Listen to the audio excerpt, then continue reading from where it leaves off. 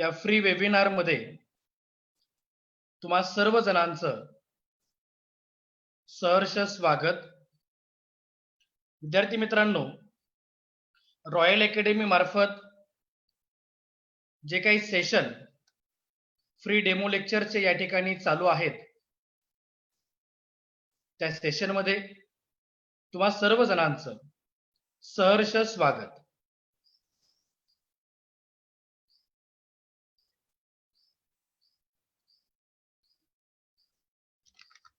MPSC, PSI, STI, ASO या परीक्षांच्या पूर्व आणि मुख्य तयारी करण्यासंदर्भात आपण काल त्या परीक्षेची स्वरूप आणि व्याप्ती या संदर्भात आपण काल माहिती पाहिली। आज आपण सर्वजण राज्यसेवा तसेच कंबाईन मधील PSI, STI आणि ASO या परीक्षांमध्ये जो अत्यंत महत्त्वाचा विषय आहे तो विषय म्हणजे इतिहास। त्या विषयाचं मार्गदर्शन करण्यासाठी आज आपल्या सर्वांसमोर उपस्थित आहेत प्राध्यापक नितेश शिंदे सर। नमस्ते सर।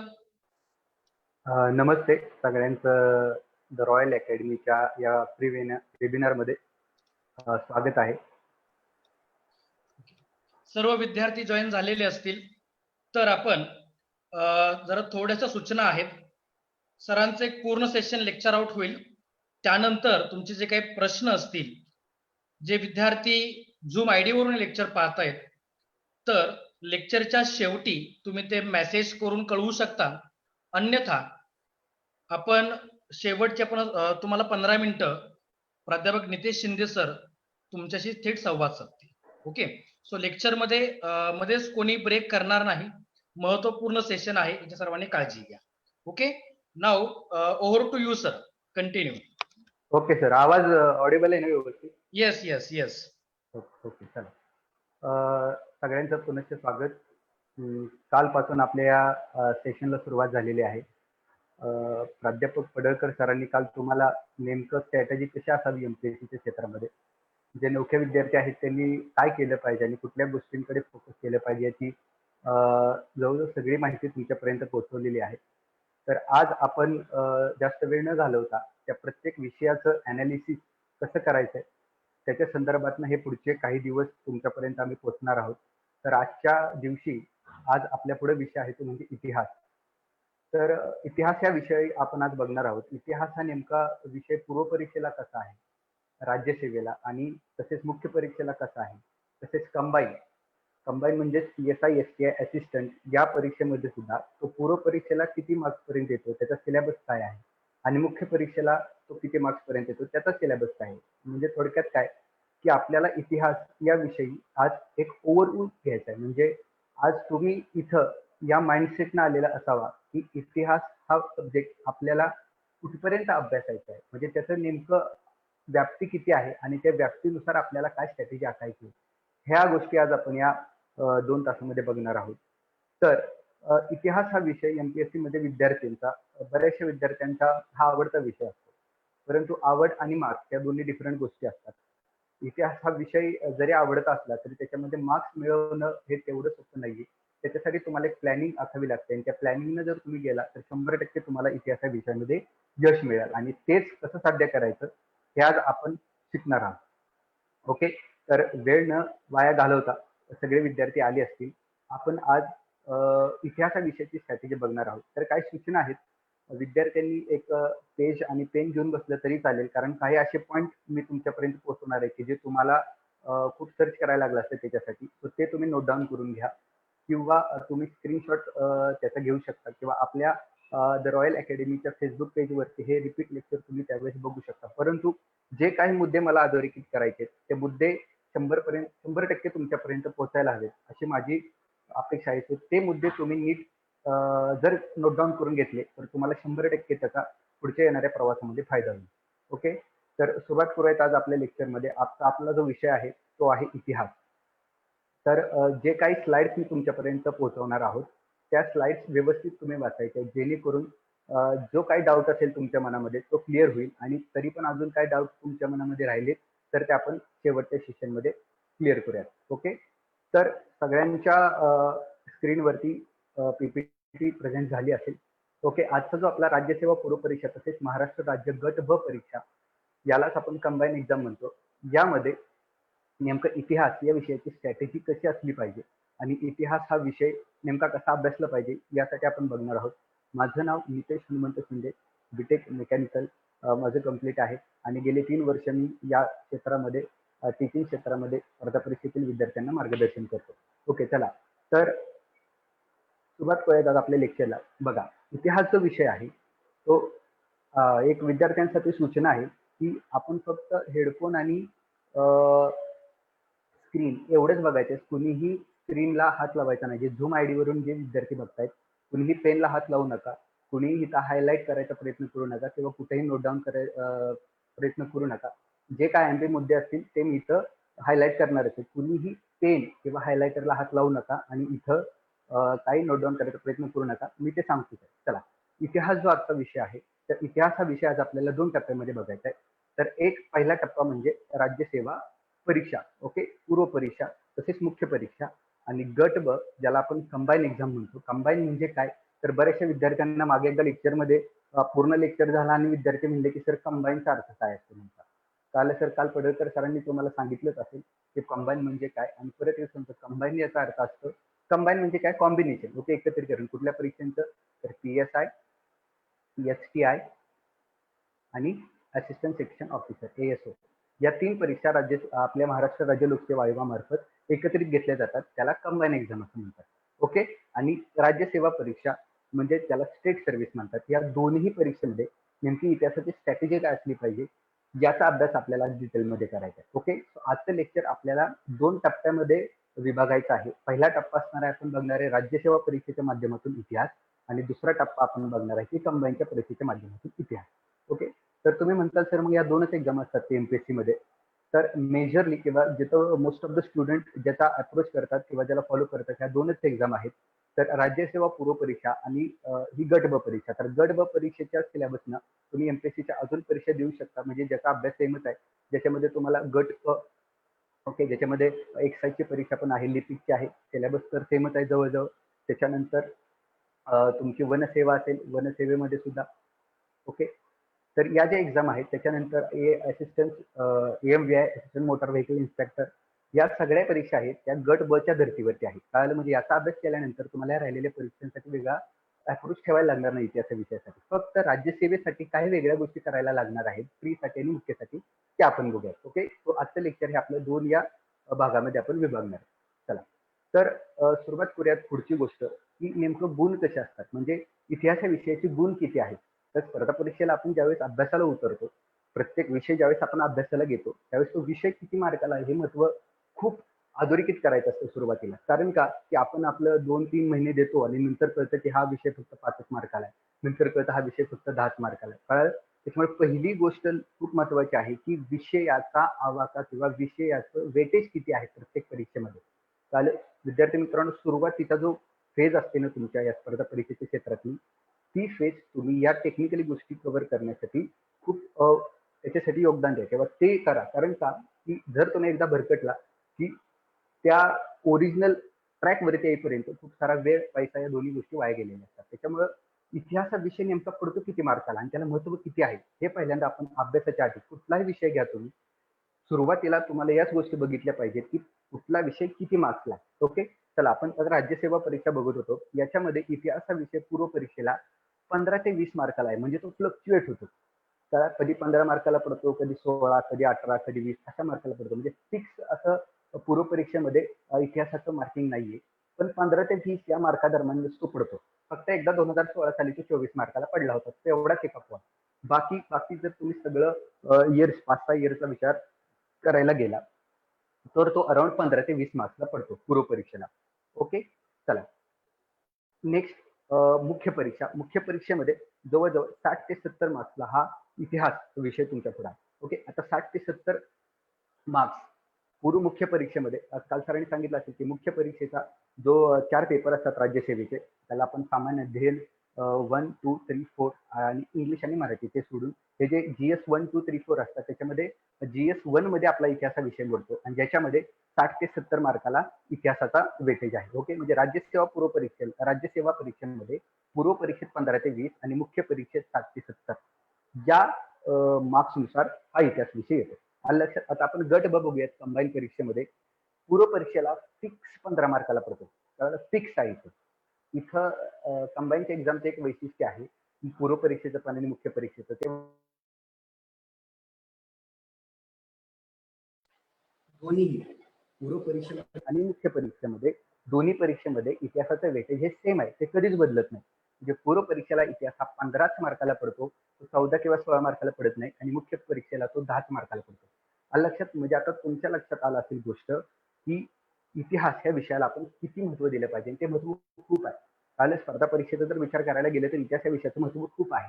काल ही जी गोष्ट आहे ना बेसिक, की राज्यसेवेला किती मार्काला आहे, पूर्वला मुख्याला, गट ब ला किती मार्काला आहे, पूर्वला मुख्याला, हे विद्यार्थ्यांना निम्म्या टप्प्यात आल्यानंतर कळतं की अरे आपल्याला इतिहास एवढ्या मार्काला, जे की तुम्हाला पहिल्या फेजमध्ये कळणं खूप गरजेचं आहे.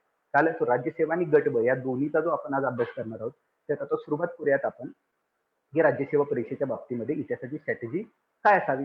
तर आता डायरेक्ट आयोगाच्या वेबसाईटवरून जो आयोगाचा सिलेबस आहे त्या आयोगाच्या सिलेबस वरून मी आहे स्क्रीनशॉट घेतलाय.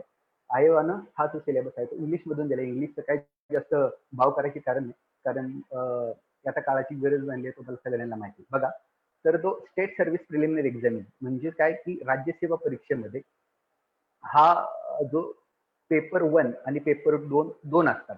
पेपर 1 200 मार्काला असतो, पेपर 2 200 मार्काला असतो, जसं की काल पडळकर सरांनी तुम्हाला सांगितलं. ओके, आणि ह्या 200 टोटल 400 मार्कांची पूर्व परीक्षा असते. म्हणजे 400 पैकी मार्क्स लागतात. तुम्ही पूर्व परीक्षेत किती पास होतात तो वेगवेगळ्या वर्षी वेगवेगळे मेरिट लागते त्याचं. तर याच्यामध्ये इतिहास हा विषय कुठे दिलाय, तर हा जो एरो केलाय मी तर तो थोडंसं मी झूम करतो म्हणजे तुम्हाला दिसेल. हा जो इतिहास जो विषय आहे तो इतिहास विषय फक्त एवढाच आहे की history of India.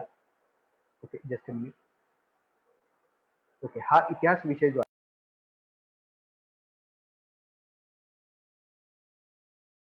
Sir mute झाला तुम्ही. नितेश सर, म्यूट झाला तुमचा आवाज. अनम्यूट करा सर.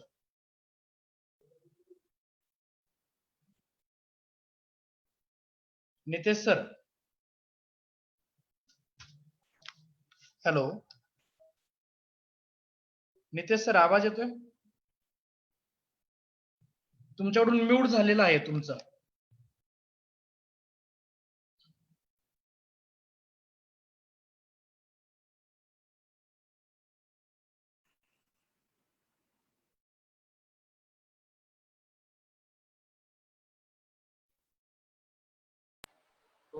येतोय आवाज काही टेक्निकल हा सर, प्रॉब्लेम येतोय येतोय. ठीक आहे. तर आज आपण बघूया पूर्व परीक्षेच्या माध्यमातून असणारा इतिहास कसा आहे. बघा, एकच ओळ दिली आयोग बघा किती, म्हणजे आयोगानं एक सरळ ओळ दिली की history of India with reference to Maharashtra, म्हणजे भारताचा इतिहास महाराष्ट्राच्या बेसिस संदर्भात. ओके, म्हणजे तेवढ्याच दोन गोष्टी दिली काय, history of India with reference to Maharashtra and Indian national movement, म्हणजे भारताचा इतिहास महाराष्ट्राच्या बेसिस संदर्भात आणि तो म्हणजे काय की समकालीन इतर चळवळी आहेत त्या. आता ह्याचा अभ्यास नेमका काय की विद्यार्थ्यांना नक्की कळत नाही की त्यांचं आयोगाचं नेमकं मूळ काय ते सर महाराष्ट्र किंवा भारताचा इतिहास तो महाराष्ट्राच्या विशेष संदर्भात तो संदर्भ नेमका कसा घेतला जातो. आता महाराष्ट्राच्या विशेष संदर्भात नितेश सर, एक मिनिट थांबा. तुमचा आवाज क्लिअर येत नाहीये. जरा हेडफोनचं हे करा, हेडफोन. हा, मगाशी आवाज व्यवस्थित होता, जरा थोडस आवाज क्लिअर. एकदा बोलतोय.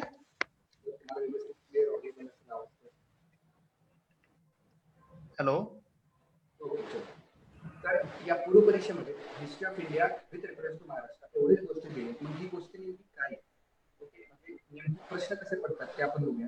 आणि लक्षात की पूर्व परीक्षेमध्ये फक्त एवढंच दिले की काय हिस्ट्री ऑफ इंडिया म्हणजे भारताचा इतिहास. शिंदे सर एक मिनिट. मोबाईल आणि जरा थोडस तुमचं हे झालेलं आहे, म्हणजे आवाज क्लिअर ब्रेक येतोय.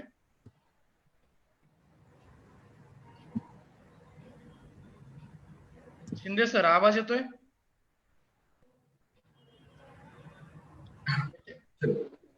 तर हा आता पूर्व परीक्षा आहे, तर पूर्व परीक्षांमध्ये आतापर्यंत इतिहासात किती विषयाला पडले किंवा किती मार्क्सला पडला, ही एक स्लाइड तुमच्यासाठी खूप महत्वाची आहे. या स्लाइड वरती नीट लक्ष द्या.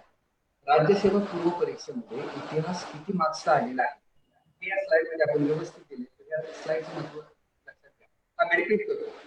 ओके, मी रिपीट करतो की राज्यसेवा पूर्व परीक्षामध्ये फक्त एकच ओळ दिली आहे की भारताचा इतिहास महाराष्ट्राच्या विशेष संदर्भासह.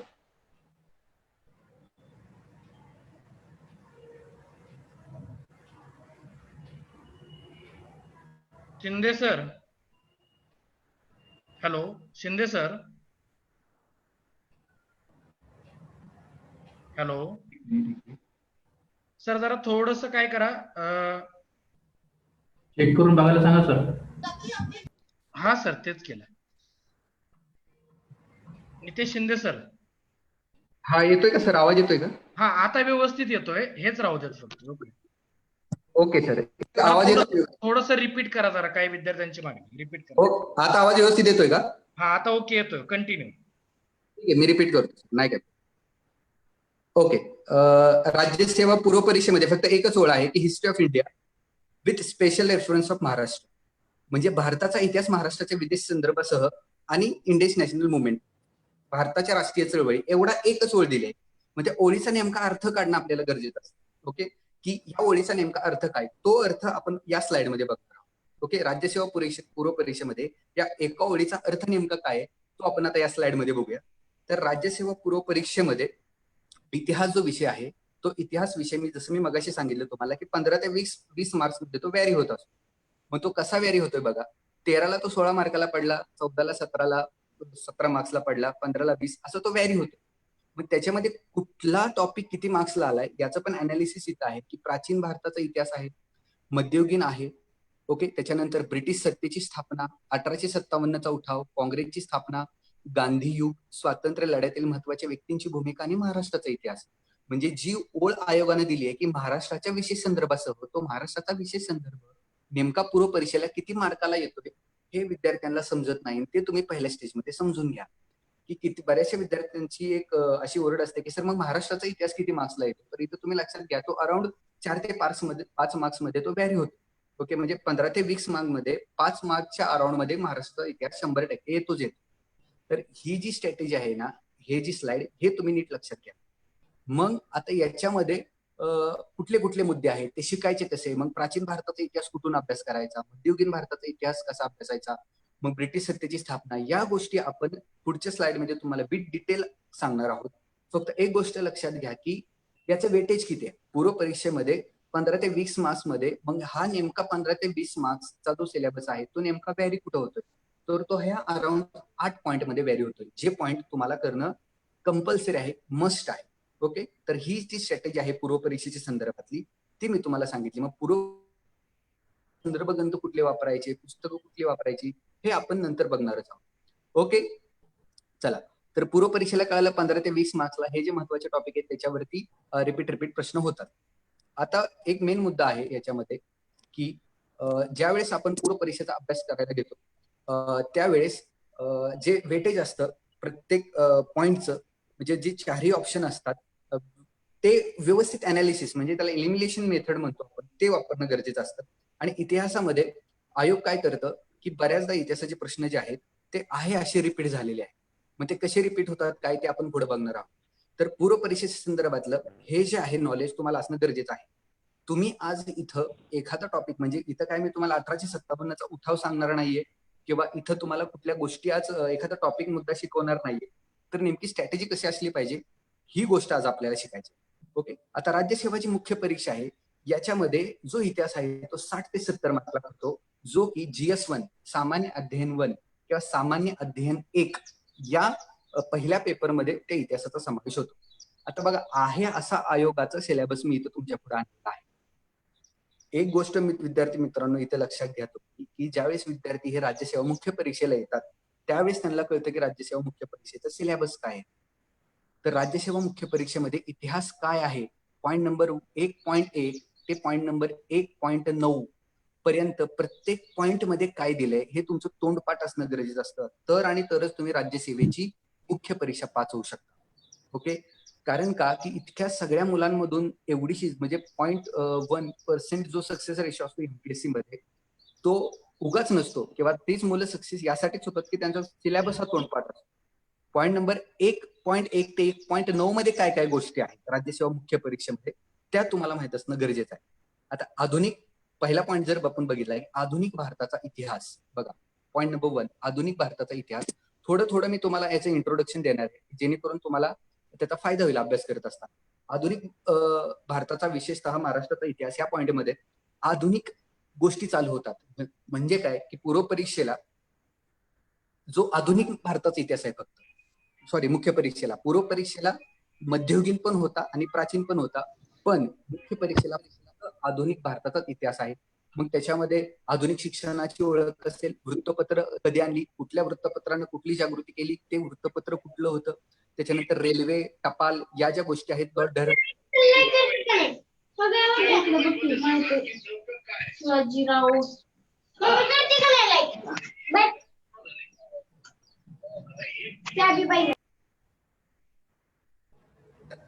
टपाल तार या गोष्टी ज्या आहेत त्या लॉर्ड डलहौसीच्या काळात आलेल्या त्या गोष्टी धार्मिक सुधारणा असतील या गोष्टी पॉईंट 1.1 मध्ये आहेत.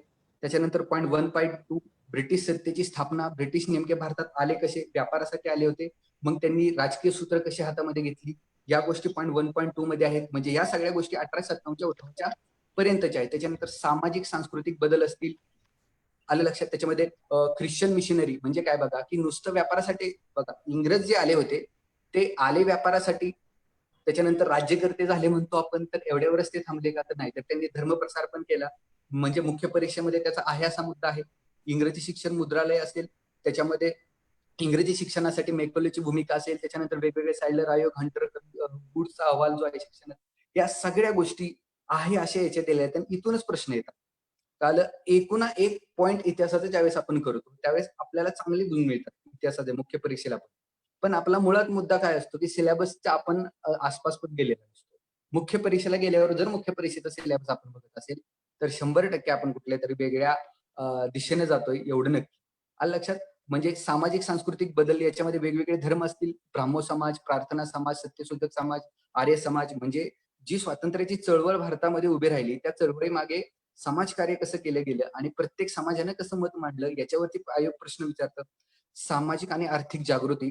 आता हा जो पॉइंट आहे याच्यामध्ये बघा सामाजिक आर्थिक जागृती म्हणजे काय, आपण जागे होतो. म्हणजे असं काही नाही की 1857लाच आपण जागे झालो, त्याच्या आधी पण छोटे छोटे उठाव झाले होते. मग ही नेमकी जागृती कशी झाली? ओके, इंडियन नॅशनल काँग्रेस याच्यावरती बऱ्याचदा प्रश्न आलेले आहेत की काँग्रेसची स्थापना का झाली, कशासाठी झाली, त्याच्यानंतर काँग्रेसचं सुरुवातीचं धोरण काय होतं, मवाळ धोरण. मग मवाळ धोरण मध्ये जहालवाद कसा आला, मग जहालांकडे काँग्रेसची सूत्र कधी गेली, त्याच्यानंतर परत जहालांना कसं काँग्रेसमधून बाहेर काढलं, या ज्या सगळ्या गोष्टी आहेत काँग्रेसच्या वाटचालीच्या त्याच्यावरती आयोग प्रश्न विचारतात. महत्वाच्या व्यक्तींची भूमिका असतील आहे असं पॉईंट पॉईंट व्यक्तींवरती प्रश्न विचारले जातात.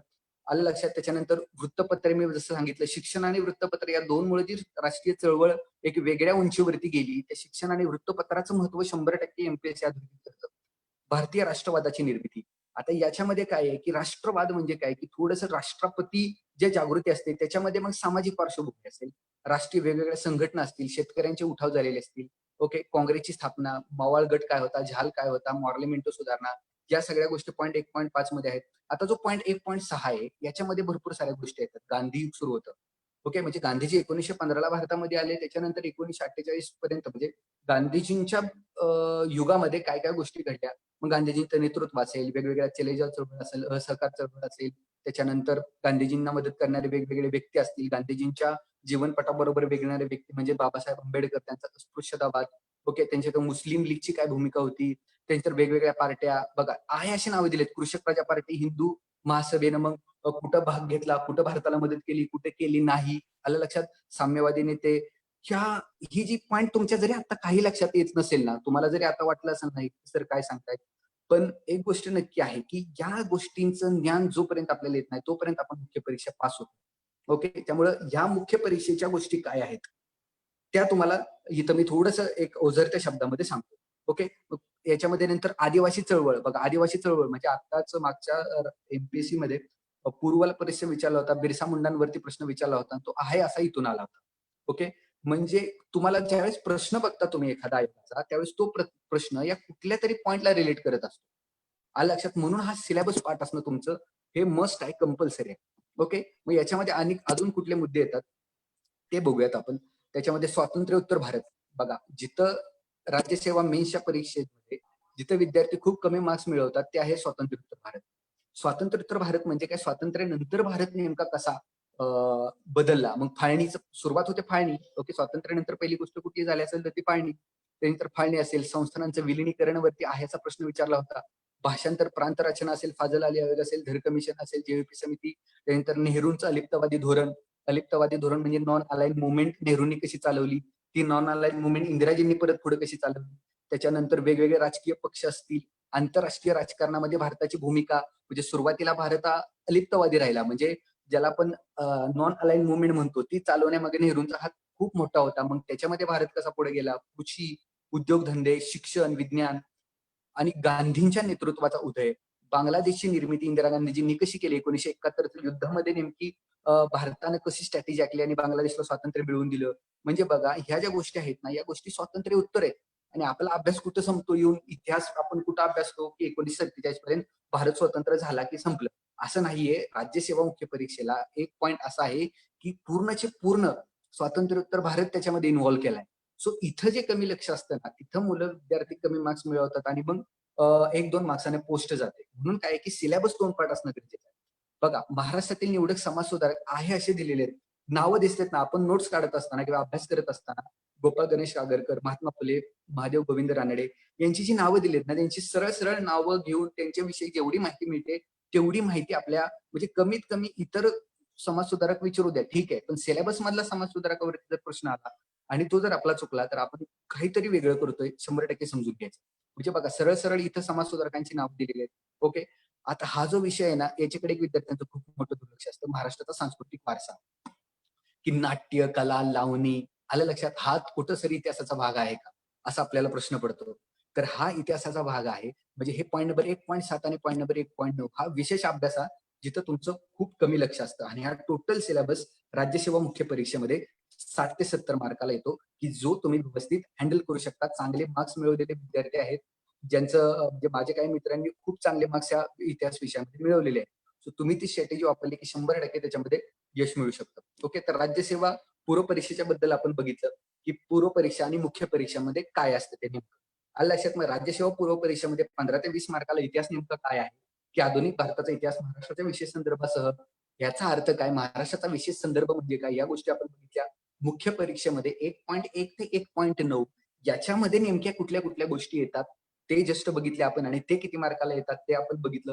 म्हणजे राज्यसेवा पूर्व परीक्षेमध्ये इतिहासाच्या बाबतीतल्या सगळ्या गोष्टी आपण तुम्हाला एक ओझरत गोष्टी दिल्या. ओके. आता महाराष्ट्र राज्य गट ब परीक्षा जी आहे म्हणजे त्याला आपण कंबाईन म्हणतो, त्याच्याबद्दलची स्ट्रॅटेजी बघा. कंबाईन म्हणजे काय की PSI, STI आणि असिस्टंट. ओके. आता ही जी परीक्षा असते त्याच्यामध्ये मुख्य 2 ज्या परीक्षा असतात, पूर्व परीक्षा आणि मुख्य परीक्षा. तर पूर्व परीक्षा जी आहे ती पूर्व परीक्षा 100 मार्क्सची आहे. ओके. एका मार्काला एक प्रश्न असतो आणि या पूर्व परीक्षेमध्ये जे प्रश्न असतात ते काल सरांनी सांगितल्याप्रमाणे वस्तुनिष्ठ बहुपर्यायी असतात. एक प्रश्न असतो, 4 ऑप्शन असतात. एका प्रश्नाला उत्तराला तुम्हाला तिथं गोल करायचा असतो, जो की बरोबर आहे आणि तुम्हाला ते मार्क्स मिळत जातात. 1/4 निगेटिव्ह मार्किंग सिस्टीम असते त्याच्यामध्ये. तर मग राज्यसेवा गट ब परीक्षा जी आहे 100 मार्काची पूर्व परीक्षा. मग त्या 100 मार्काच्या पूर्व परीक्षेमध्ये कितीतरी विषय आहेत. इतिहास आहे, भूगोल आहे, विज्ञान आहे, अर्थशास्त्र आहे. मग यामध्ये आपला इतिहास विषय किती मार्क्सला आहे किंवा इतिहासाचं वेटेज काय आहे, की जे मी तुम्हाला मगाशी सांगितलं की इतिहास हा विषय आहे तो फिक्स, लक्षात घ्या, फिक्स कंबाईनच्या एक्झाम मध्ये फिक्स 15 मार्काला पडतो. म्हणजे हे जे काही 100 मार्क आहेत ना, 100 मार्कामध्ये 15 मार्क हे फिक्स कोणाचे आहेत तर इतिहासाचे आहेत. काल म्हणजे एकदम क्लिअर कंबाईनच्या एक्झाममध्ये आयोगाने ही गोष्ट ठेवली की गोष्टी बऱ्यापैकी क्लिअर केलेल्या आहेत. आलं लक्षात? म्हणजे क्लिअर 15 मार्काला तो सिलेबस पडतो. तर एक थोडंसं तुम्हाला इथे क्लिअर होणार नाही, पण मला एक सांगायचंय की ही जी स्लाइड आहे याच्यामध्ये जी कंबाईनची एक्झाम आहे 2017 ची त्याच्यामध्ये 15च मार्काला इतिहास पडलेला आहे. ओके. त्याच्यानंतर 18ची त्याच्यामध्ये पण 15च मार्काला पडलेला आहे. याच्यामध्ये कुठले कुठले जे पॉइंट आहेत किंवा काय काय मुद्दे आहेत ते याच्यामध्ये अधोरेखित केलेले आहेत. ओके. त्याच्यामध्ये मग तीच गोष्ट, फक्त एक गोष्ट लक्षात घ्या इतिहासामध्ये. एक गोष्ट मी इथं क्लिअर करतो तुमच्या पुढं, की वेगळ्या काही गोष्टी आहेत. म्हणजे जो सिलेबस बऱ्याचशा विद्यार्थ्यांचं एक असतं की राज्यसेवा परीक्षेमध्ये आणि कंबाईन परीक्षेमध्ये इतिहासाचं काय वेगळेपण आहे. तर बघा, राज्यसेवा परीक्षेमध्ये इतिहास हा 3 म्हणजे पूर्व परीक्षेमध्ये प्राचीन इतिहास पण आहे, मध्ययुगीन इतिहास पण आहे आणि आधुनिक इतिहास पण आहे भारताचा. पण कंबाईनच्या परीक्षेमध्ये फक्त आधुनिक भारताचा इतिहास आहे. ओके, कंबाईनच्या परीक्षेमध्ये, पूर्व परीक्षेमध्ये फक्त आधुनिक भारत आहे. आलं लक्षात? म्हणजे एवढ्याच गोष्टीवरती तुम्हाला फोकस ठेवायचा आहे कंबाईनच्या परीक्षेमध्ये. आलं लक्षात? आता आधुनिक भारत म्हणजे काय आणि त्याचा महाराष्ट्राचा विशेष संदर्भ नेमका कसा लागतो हे आपण आता बघूया. बघा, ज्या वेळेस आपण कंबाईनच्या परीक्षेमध्ये सिलेबस हाती घेणार आहोत, तो सिलेबस नेमका काय आहे, तर सेम स्ट्रॅटेजी आहे, जी म्हणजे काय की कंबाईनच्या परीक्षेमध्ये पण तीच गोष्ट, एकच ओळ दिली I1 एकच. ती कुठली की बघा, इथं तुम्हाला दिसेल एकच ओळ दिली की आधुनिक भारताचा विशेषतः महाराष्ट्राचा इतिहास 15 मार्क. आता एवढीच गोष्ट दिली. मग याच्यामध्ये काय काय गोष्टी असतात, आधुनिक भारत म्हणजे काय, इथं प्रश्न विद्यार्थ्यांना पडतो. तर आधुनिक भारत म्हणजेच 1857च्या पुढचा काळ तर नाही, 1857च्या उठावासाठी कारणीभूत असणाऱ्या गोष्टींवरती सुद्धा प्रश्न येतात. मग काही चळवळी असतील, कुठले उठाव असतील, कोळ्यांचा असेल उठाव. ओके, हे जे उठाव असतील या उठावावरती प्रश्न आलेले आहेत. म्हणजे त्याच्यानंतर लॉर्ड जो डलहौसी आहे, जो 1857च्या उठावाला कारणीभूत होता, त्याच्यावरती पण प्रश्न आलेले आहेत. म्हणजे आधुनिक भारत हा फक्त राज्यसेवा गट ब परीक्षेमध्ये आहे, लक्षात ठेवा. मुख्य परीक्षेमध्ये जी की 10 मार्काला आहे, त्याच्यामध्ये जो पेपर 2 असतो तुमचा, त्या पेपर 2 जो असतो त्या पेपर 2 मध्ये हा 10 मार्काला तुमचा इतिहास पडतो. म्हणजे गट ब परीक्षेमध्ये 15 आणि 10 25 मार्काला इतिहास. ओके, त्याच्यामध्ये मुख्य परीक्षेला काय आहेत बघ गोष्टी, सामाजिक आर्थिक जागृती 1885 1947. 1885 म्हणजे काय, तर काँग्रेसची स्थापना. काँग्रेसच्या स्थापनेपासूनच्या पुढच्या गोष्टी, महत्वाच्या व्यक्तींनी काय कामं केली होती. त्याच्यानंतर स्वातंत्र्यपूर्व भारतातील सामाजिक जागृतीतील वर्तमानपत्रे काय आहेत. ओके, त्याच्यानंतर त्याचे परिणाम कसं झालं, स्वातंत्र्य भारतातील इतर समकालीन चळवळी कशा घडल्या, या सगळ्या गोष्टी ज्या आहेत त्या 10 मार्क्सला आहेत. म्हणजे आलं लक्षात, पूर्व परीक्षेला 15 मार्क आणि मुख्य परीक्षेला जो आहे ते 10 मार्क्स. आता हे झाले मुद्दे पूर्व परीक्षा आणि मुख्य परीक्षा कंबाईन इतिहासाच्या बाबतीत. ओके, जो सिलेबस तुम्हाला व्यवस्थित कळाला. आता नुसतं सिलेबस करून गरजेचं नसतं मित्रांनो, तर त्याच्यामध्ये काही बाकीच्या ज्या गोष्टी आहेत की अप्रोच कसा करायचा, म्हणजे नेमका अभ्यास कुठल्या गोष्टीचा कुठून करायचा. ओके, हे थोडंसं आपण बघूयात क्लिअर मध्ये, जेणेकरून तुमचा बऱ्यापैकी डाऊट्स आता क्लिअर होतील. आता बघा, हा जर राज्यसेवा गट ब परीक्षामध्ये बघितलं तुम्ही की पूर्व परीक्षा आणि मुख्य परीक्षा 15 आणि 10 मार्काला. आता मी तुम्हाला सांगतो एक महत्वाचा, ह्या स्लाइडकडे जरा नीट लक्ष द्या की इतिहासाचा जो अभ्यास सांगितलं मी तुम्हाला, चला एवढं सगळं आपण केलं, एवढं सगळ्या मार्काला एवढ्या सगळ्या गोष्टी केल्या, मग आता इतिहासाच्या अभ्यासाची स्ट्रॅटेजी काय आहे, इतिहासाचा अभ्यास नेमका करायचा कसा, किंवा त्याच्यामध्ये काय गोष्टी केल्या पाहिजेत जेणेकरून इतिहास तुमच्या अंगवळणी पडेल. ओके, म्हणजे एक विद्यार्थ्यांना शिकवत असताना काही उदाहरण आहेत की खूप मुलींनी सुरुवातीच्या काळात असा इतिहास, म्हणजे ज्यांना मी गायडन्स दिला त्यांनी खूप फ्लुएंटली इतिहास पहिल्यापासून शेवटपर्यंत ते सांगू शकतात, 1885 पासून 1947 पर्यंत. का, तर इतिहास म्हणजे ज्यावेळेस घडत असतो त्यावेळेस एखादी गोष्ट घडल्यानंतर मागच्या गोष्टीमध्ये त्याचं कारण घडलेलं असतं आणि ज्याला हे जमेल त्याला इतिहास पक्का जमतो. आता म्हणजे काय सर, असं तुम्हाला प्रश्न पडला असेल, तर इतिहासाचा नेमका अभ्यास कसा करायचा, इतिहासाविषयी पाठांतराचा आहे का, तर मी त्याला टोटली नाही. राज्यसेवामध्ये किंवा कंबाईन परीक्षेमध्ये इतिहासाविषयी पाठांतराचा आहे का, तर नाही. सगळ्यात विषय जो कॉन्सेप्च्युअल असेल ती राज्यघटना समजलं जातं, पण तेच कॉन्सेप्ट जर तुम्ही इतिहासामध्ये वापरले तर त्याचा फायदा तुम्हाला नक्कीच होतो.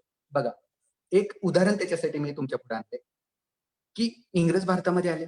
ओके, इंग्रज भारतामध्ये आले कशासाठी, तर व्यापारासाठी आले आणि ते राज्यकर्ते बनले आणि ईस्ट इंडिया कंपनीनं तो व्यापार चालवला होता.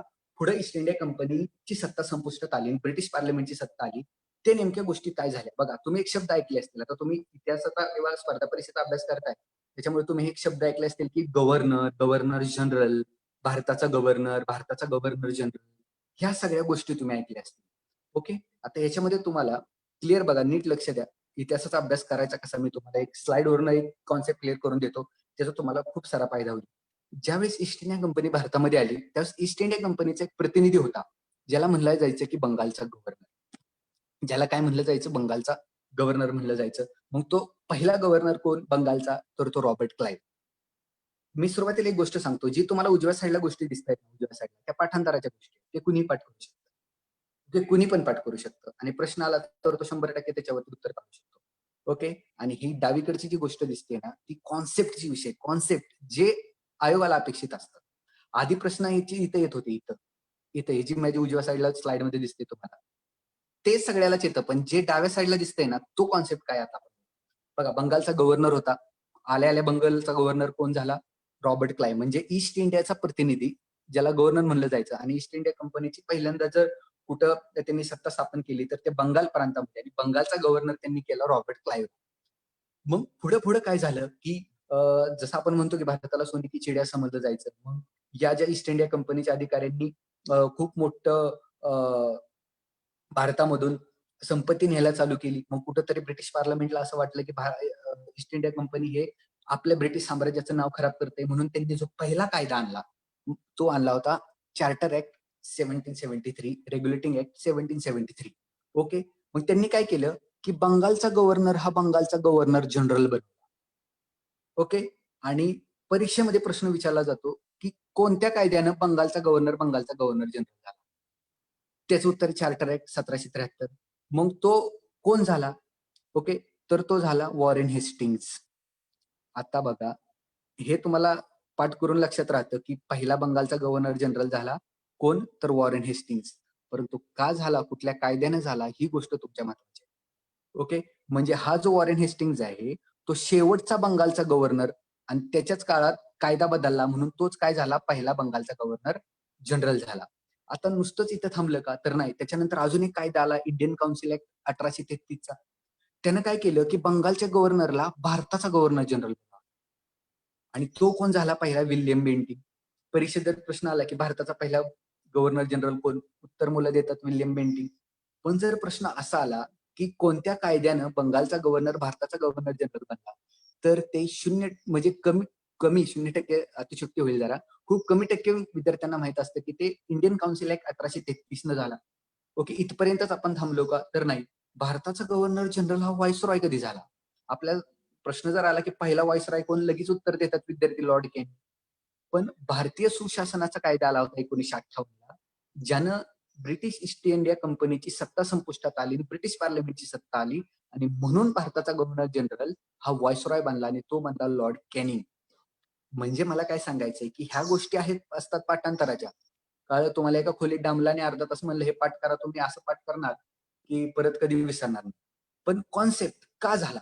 बंगालचा गव्हर्नर हा बंगालचा गव्हर्नर जनरल का झाला? तर तो चार्टर ऍक्ट मुळे झाला. बंगालचा गव्हर्नर जनरल भारताचा गव्हर्नर जनरल का झाला? तर तो इंडियन काउन्सिल ऍक्ट 1833 न झाला. भारताचा गव्हर्नर जनरल हा व्हाईसरॉय का झाला? तर तो भारतीय सुशासनाचा कायदा 1858 झाला. ओके. म्हणजे जर तुम्ही हे पाठ केलं ना, हे की तुम्हाला हे पाठ करायची गरजच लागत नाही. हे ऑटोमॅटिक पाठ होतं तुमचं उजव्या साईडचं. आणि जर तुम्ही उजव्या साईडचं नुसतं पाठ केलं ना, तर ह्याचा तुम्हाला काडीमात्र संबंध पण काय लागत. अभ्यास करताना काय की विद्यार्थी पहिले फोकस करतात याच्यावरती.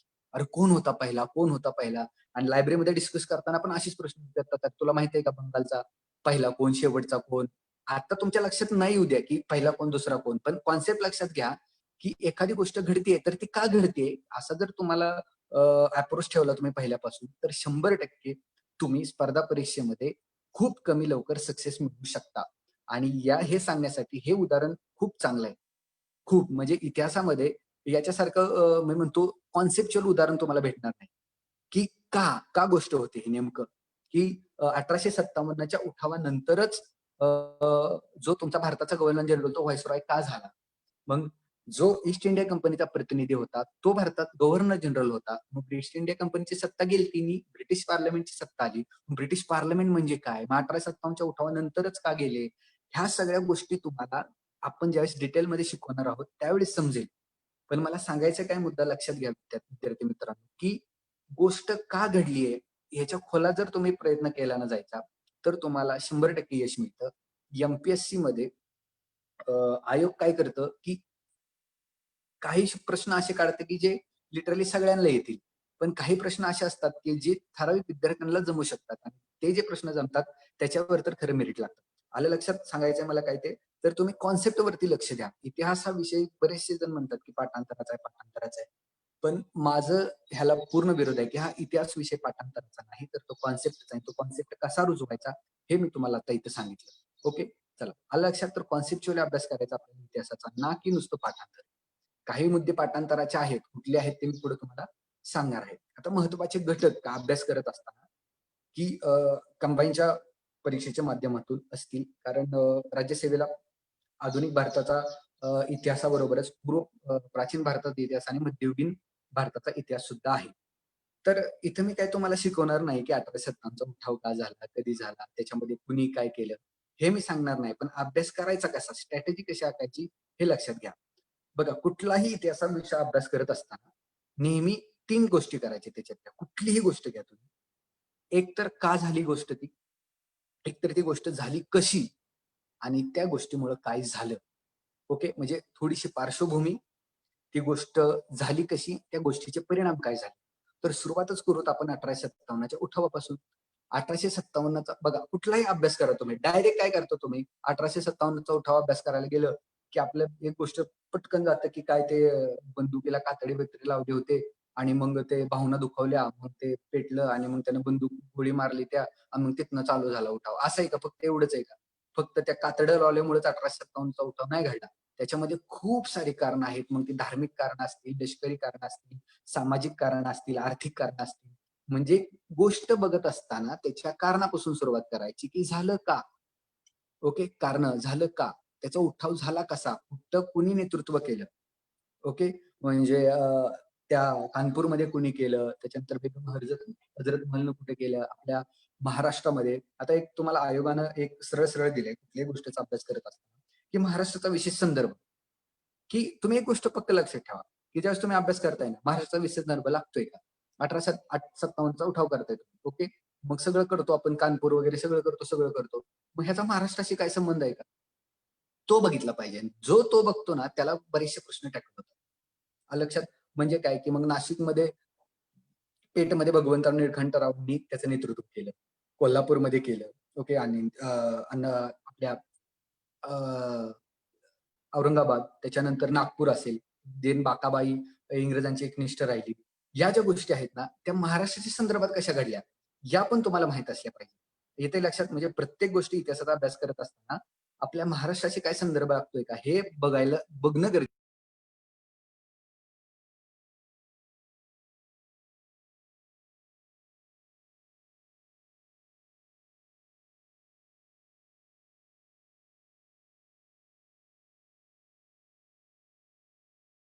नितेश सर, म्यूट झालात तुम्ही, म्यूट. नितेश सर, आवाज येतोय sir? Hello Nitesh sir, mute झालेला आहात तुम्ही. Okay okay, okay. येतोय का सर आवाज? हा येतोय. काय बोलला असेल ते रिपीट घ्या, मागची स्लाइड हवं तर. ओके, म्हणजे कधीपासून म्यूट झालंय ते? एक एक 10-20 सेकंद फक्त, काय असेल केलं असेल टॉक तर तो घ्या. ओके ओके, चला ठीक आहे. तर सांगायचा मुद्दा आहे की 1857 किंवा कुठलाही गोष्ट असेल, अभ्यास करत असताना इतिहासाची ते 3 टप्प्यामध्ये बघितलं पाहिजे आपण. तर एक गोष्ट मला इथं नमूद करायची आहे की आता झालेल्या AMVAच्या परीक्षेमध्ये 1857च्या उठावावरती प्रश्न आला होता. एक नाही दोन तर प्रश्न, एक नाही तर 2 प्रश्न आले. बघा, आपल्याला काय असतं की 1857चा उठाव मी सांगितलं, कारण झाला कसा आणि परिणाम काय, या 3 गोष्टी बघितलं. पण आता आयोगानं स्ट्रॅटेजी बदलली. त्यांना माहित असतं की विद्यार्थी हे अभ्यास करणारच आहेत, त्यात काय वाद नाही. आयोगानं प्रश्न विचारला की 1857च्या उठावाची तारीख ठरली कधी होती. ओके, म्हणजे 1857चा उठाव आधीच झाला, म्हणजे त्या तारखेच्या आधीच झाला. कारण कारणच अशी घडली की आधीच उठाव करावा लागला. तर त्याची ठरलेली तारीख विचारली, तारीख. ओके ना. आपण अभ्यास करताना काय करतो की कुणी कुणाला कुठं मारलं, परिणाम काय झाला, ब्रिटिश गेले, त्याच्यानंतर मुघल सम्राट हे पद त्यांनी नष्ट केलं, आपल्या भारताच्या सामाजिक जीवनामध्ये त्यांनी ढवळाढवळ करणार नाही असं सांगितलं. ह्या सगळ्या गोष्टी आपण विथ डिटेल अभ्यास करतो. ते चुकीचे नाहीत असं मी म्हणत नाही, त्याचा अभ्यास आपण 100% करतो. पण आयोग कधी काय प्रश्न विचारेल इतिहासामध्ये ते सांगता येत नाही. म्हणजे 1857च्या उठावामध्ये बघा, ठरलेली तारीख विचारली आणि जिथं आपलं लक्ष कमी असताना बरेचसे विद्यार्थी ते उत्तर चुकले. येते लक्षात. म्हणजे सांगायचंय काय तुम्हाला की अभ्यास करताना असं करा की आयोगानं प्रश्न विचारायचं म्हणलं तरी कमीत कमी आपल्याला ऑप्शन एलिमिनेशन तरी करता आलं पाहिजे. काल ऑप्शन एलिमिनेशन मेथड जे सरांनी तुम्हाला काल सांगितली, पडळकर सरांनी, अगदी व्यवस्थित, आणि ती तुम्ही कायम वापरा स्पर्धा परीक्षेमध्ये. होतं काय तुम्हाला सांगतो, 4 ऑप्शन असतात. Option number 1, 2, 3, 4. ओके. आता प्रश्न काही असेल, काहीही, तर समजा तुम्ही एक पर्याय बाहेर काढला, एक. ओके. प्रत्येक प्रश्नाची बरोबर येण्याची प्रोबॅबिलिटी किती असते हो? 25%. प्रत्येक प्रश्नाची बरोबर येण्याची प्रोबॅबिलिटी किती असते? तर ती असते 25%. समजा तुम्ही एक ऑप्शन बाहेर काढला, तर ती प्रोबॅबिलिटी येते तुमची. प्रोबॅबिलिटी म्हणजे संभाव्यता बरोबर येण्याची 30% म्हणजे कळालं? समजा 2 ऑप्शन तुम्ही बाहेर काढले, तर ती किती आली? 50% वरती आलं. म्हणजे हे तर बरोबर आहे, नाहीतर हे तर बरोबर आहे. म्हणजे काय की ऑप्शन एलिमिनेशन करा, जेणेकरून तुम्हाला चांगलं रिझल्ट मिळण्याची शक्यता आहे. आलं लक्षात? तर ही जी गोष्ट आहे ती व्यवस्थित आखा, की अभ्यास करताना कुठलीही गोष्ट कारण त्याच्यानंतर परिणाम घडली कशी, त्याच्यानंतर दुसरी गोष्ट बघा, अतिशय पार्श्वभूमी, काँग्रेसची स्थापना जरी घेतली तुम्ही, तर ती झाली का, कशी, म्हणजे का झाली, त्याची कारण काय होती, स्थापना झाली कशी, मावळांनी नेमकं कुठलं धोरण होतं मावळांचं, आणि अधिवेशनावरती एक आयोगानं खूप लावून धरली. विद्यार्थी मित्रांनो, काँग्रेसच्या अधिवेशनावरती फिक्स प्रश्न गेल्या 3 वर्षापासून मला बघायला मिळते. फिक्स. त्यामुळे काँग्रेसच्या अधिवेशनाचा जो चार्ट तुम्हाला कुठं भेटला, तर तो व्यवस्थित अभ्यास करा. कारण पहिल्या अधिवेशनाचा अध्यक्ष कोण होतं, दुसऱ्याचं कोण, तिसऱ्याचं कोण, मुंबईमध्ये खालीलपैकी कुठली घडली आहेत. अधिवेशनावरती दरवर्षी प्रश्न विचारण्यानं आयोगाने काय म्हणते त्याला तडका लावलाय म्हणलं तरी चालेल. त्याच्यामुळे हे जे मी पॉईंट आता तुम्हाला सांगतोय ते व्यवस्थित करा, त्याच्यावरती तुम्हाला प्रश्न बघायलाच मिळतील. बंगालची फाळणी झाली बघा, आपण ऐकत असतो बंगालची फाळणी झाली. ओके. का झाली बरं बंगालची फाळणी? का झाली बंगालची फाळणी? कारण बंगाल प्रांत होता मोठा. आलं लक्षात? मग अख्ख्या आणि स्वातंत्र्याची चळवळ किंवा जिथं उठाव जास्त होत होते किंवा जी राष्ट्रवादी चळवळ उभा राहत होती, राष्ट्रप्रती, ती बंगालमध्ये उभा राहत होती. मग एवढ्या मोठ्या बंगालला हँडल करणं इंग्रजांना जमत नव्हतं. मग इंग्रजांनी जे धोरण आखलं होतं, फोडा आणि राज्य करा, मग त्यांनी काय केलं, बंगालला 2 भागात फोडलं.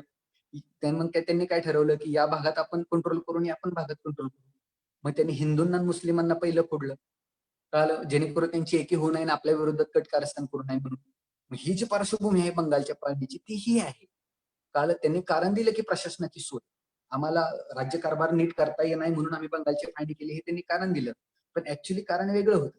मग ते म्हणतात बंगालची फाळणी झाली कशी? ओके. पूर्व बंगाल, पश्चिम बंगाल म्हणजे काय? पूर्व बंगालमध्ये हिंदू जास्त का मुस्लिम जास्त? पश्चिम बंगालमध्ये हिंदू जास्त का मुस्लिम जास्त? इथपर्यंतचे बेसिक मुद्दे. फाळणीचा परिणाम काय झाला? ओके. कुठली चळवळ सुरू झाली फाळणीमुळे? त्याच्यानंतर फाळणीमध्ये रक्षाबंधनाचा कार्यक्रम का झाला? ओके. अमर शोभणार बांगला हे गाणं का एवढं प्रचलित आलं? त्याच्यानंतर हिंदू मुस्लिमांमध्ये ऐक्याची भावना का निर्माण झाली? म्हणजे बघा, अभ्यास करत असताना जर तुम्ही असा केला ना, तर 100% इतिहासाविषयी खूप गोडी लागते, त्याची गोडी. तर गोडी खूप चांगला शब्द आहे. आणि जितकं तुम्ही वाचन कराल ना इतिहासात, तेवढं तुम्हाला बरं वाटतं, की मला ह्याच्यामध्ये अजून डिटेल्स माहिती आहे. आणि इन केस त्याच्यावरती जर प्रश्न आला आणि आपल्याला सुटला, तर तो खूप आपल्यासाठी एक वेगळ्या उंचीवरती नेऊन ठेवू शकतो. येते लक्षात? म्हणजे इतिहास हा विषय तुम्हाला, म्हणजे अर्थशास्त्र घ्या, हे घ्या, बाकीचे विषय तुम्हाला समजून खूप घ्यावं लागतं. पण इतिहास हा विषय तुम्हाला समजून घेण्याचा आहे, तुम्ही स्वतः खूप चांगल्या परीने तो करू शकता. त्याच्यानंतर बघितलं प्रश्न बघा, पार्श्वभूमी, फाळणी कशी झाली आणि त्याचे परिणाम काय झाले? तिन्ही गोष्टी. गांधीयुग, गांधी भारतामध्ये आले. ओके. मग 1915 आल्यानंतर गांधीजींनी लगेचच सहकार, म्हणजे 1915ला आले त्यांनी लगेच कुठलं अहिंसा सत्याग्रह चालू केलं का? तर नाही. त्यांनी पहिल्यांदा पूर्ण भारत फिरला गोखलेंबरोबर. ओके. गोखले हे त्यांचे राजकीय गुरु. मग फिरल्यानंतर मग त्यांनी 1917ला त्यांचे आपल्याला चंपारण्य, निळीचा सत्याग्रह, अहमदाबादचा गिरणी कामगारांचा लढा, या गोष्टी दिसतात. म्हणजे 15ला आले आणि 17मध्ये त्यांनी काम करायला चालू केलं. येते लक्षात? मग 2 वर्षात त्यांनी भारताचा अभ्यास नेमका केला कसा? त्यांना कुणी मदत केली त्याच्यामध्ये?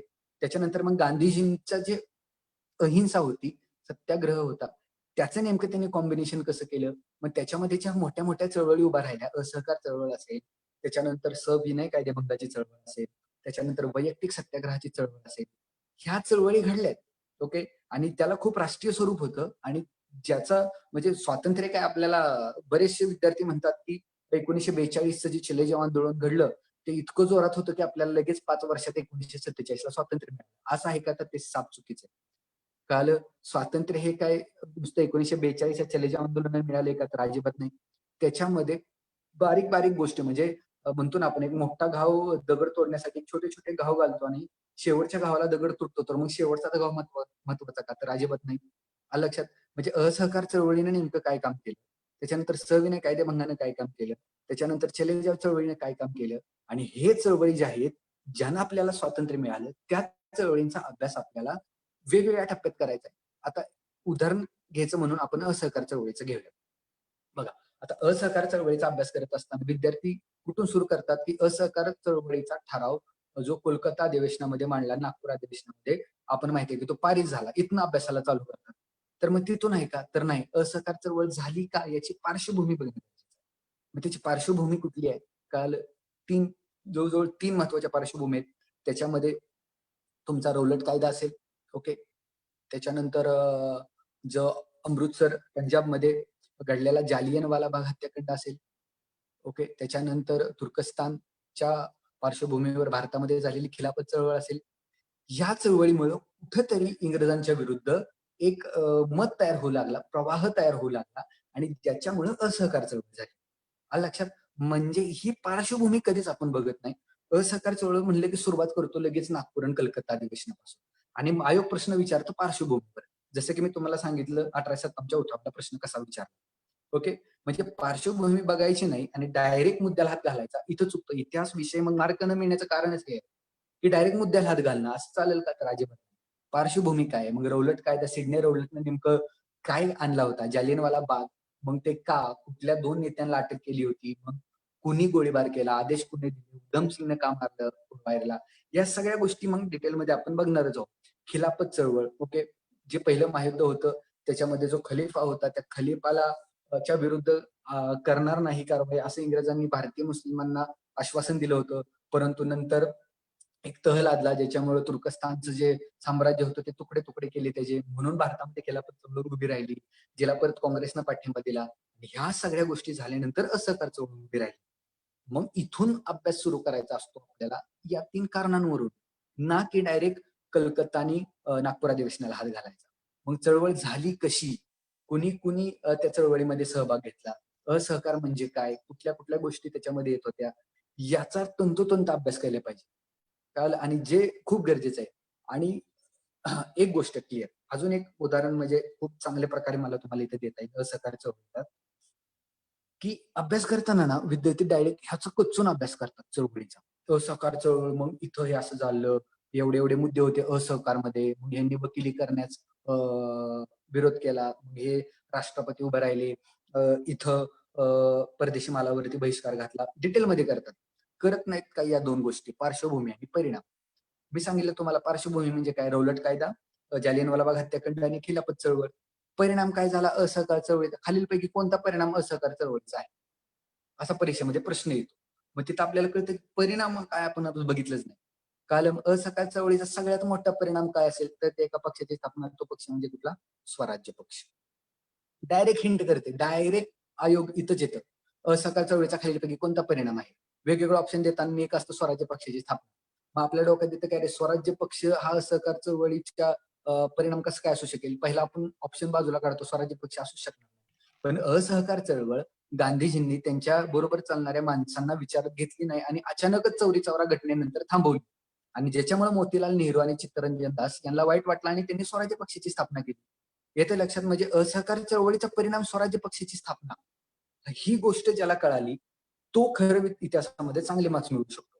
येते लक्षात? म्हणजे बघा, असहकार चळवळीमधनं मला सांगायचं काय की तुम्ही कुठलीही चळवळ घ्या, मग ती वैयक्तिक सत्याग्रहाची चळवळ का असेना, सविनय कायदेभंगाची चळवळ का असेना, कुठली का चळवळ असेना, त्याच्यामध्ये पार्श्वभूमी घडली का घडली कशी आणि त्याचे परिणाम काय, ह्या गोष्टी जर तुम्ही व्यवस्थित अभ्यासल्या तर 100% तुम्ही इतिहासामध्ये चांगले मार्क्स मिळवू शकता. मी तर म्हणतो स्कोरिंगचा विषय, स्कोरिंगचा इतिहास.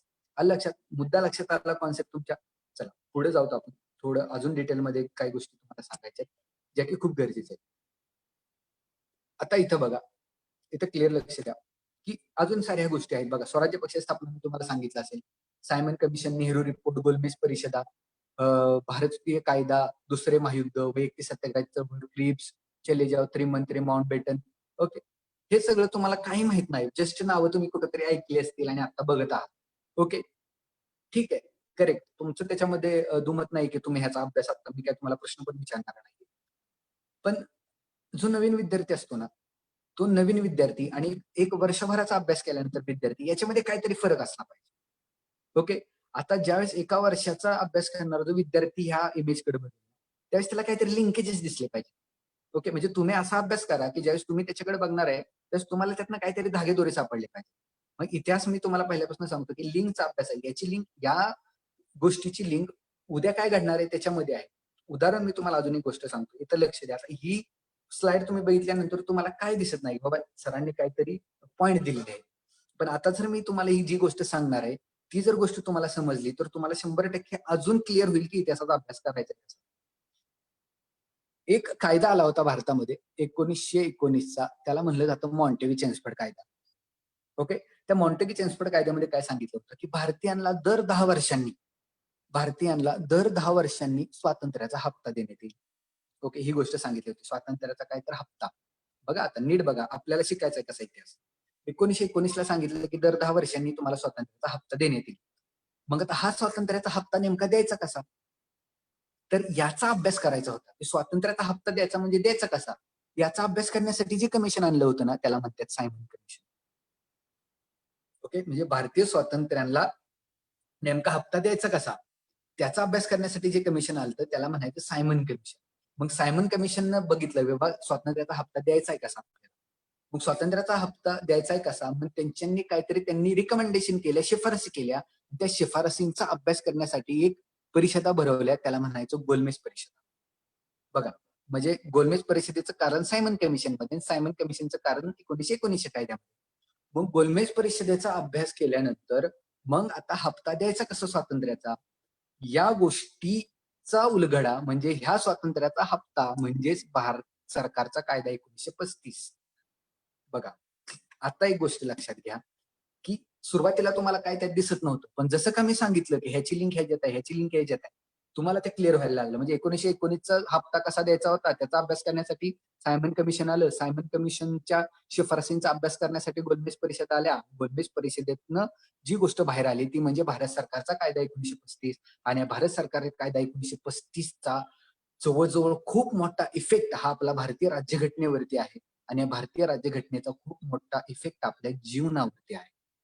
म्हणजे इतिहास हा विषय तुम्ही नुसता इतिहास म्हणून बघू नका, मागे झालेल्या गोष्टी बघू नका, आजही त्याचे परिणाम आपल्या जीवनावरती 100% येतात.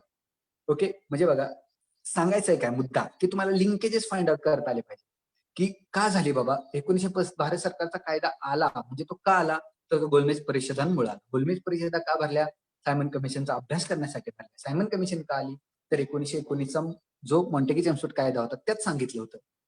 म्हणजे कारण सापडायला सुरुवात झाली, आणि ज्याला असे कारण सापडतात ना तो 100% इतिहासामध्ये खूप मार्क्स मिळवतो. खूप काल मग आता 1919 मध्येच का सांगितलं 10 वर्षाचा हप्ता देणार आहे, मग त्याच्यामध्ये खूप साऱ्या गोष्टी आहेत जी केलेले आपण 1885 पासून किंवा त्याच्या पूर्वीपासून जे आपण स्वातंत्र्यासाठी जे झटत होतो, तेव्हा कुठेतरी इंग्रजांना वाटलं की 1919 मध्ये आपण हप्ता द्यावा पहिला.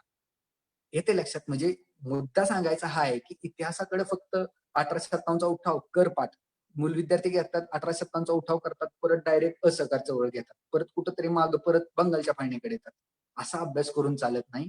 आपल्याला तो घडलं कसं या सिक्वेन्सनं ते जायचं असतं, आणि मग आपल्याला एक एक एक गोष्टी क्लिअर होतात. हा लक्षात, म्हणजे अभ्यास करताना एक गोष्ट लक्षात ठेवा विद्यार्थ्यांनी की ही गोष्ट घडली तर ती का घडली. इतिहासामध्ये तुम्हाला हे शोधता आलं की 100% समजून घ्या की तुम्हाला तो इतिहास समजला चांगला, आणि ज्यावेळेस इतिहास चांगला समजेल त्यावेळेस मला हे वेगळं सांगायची काहीच गरज नाही की तुम्हाला मार्क्स जास्त मिळतील.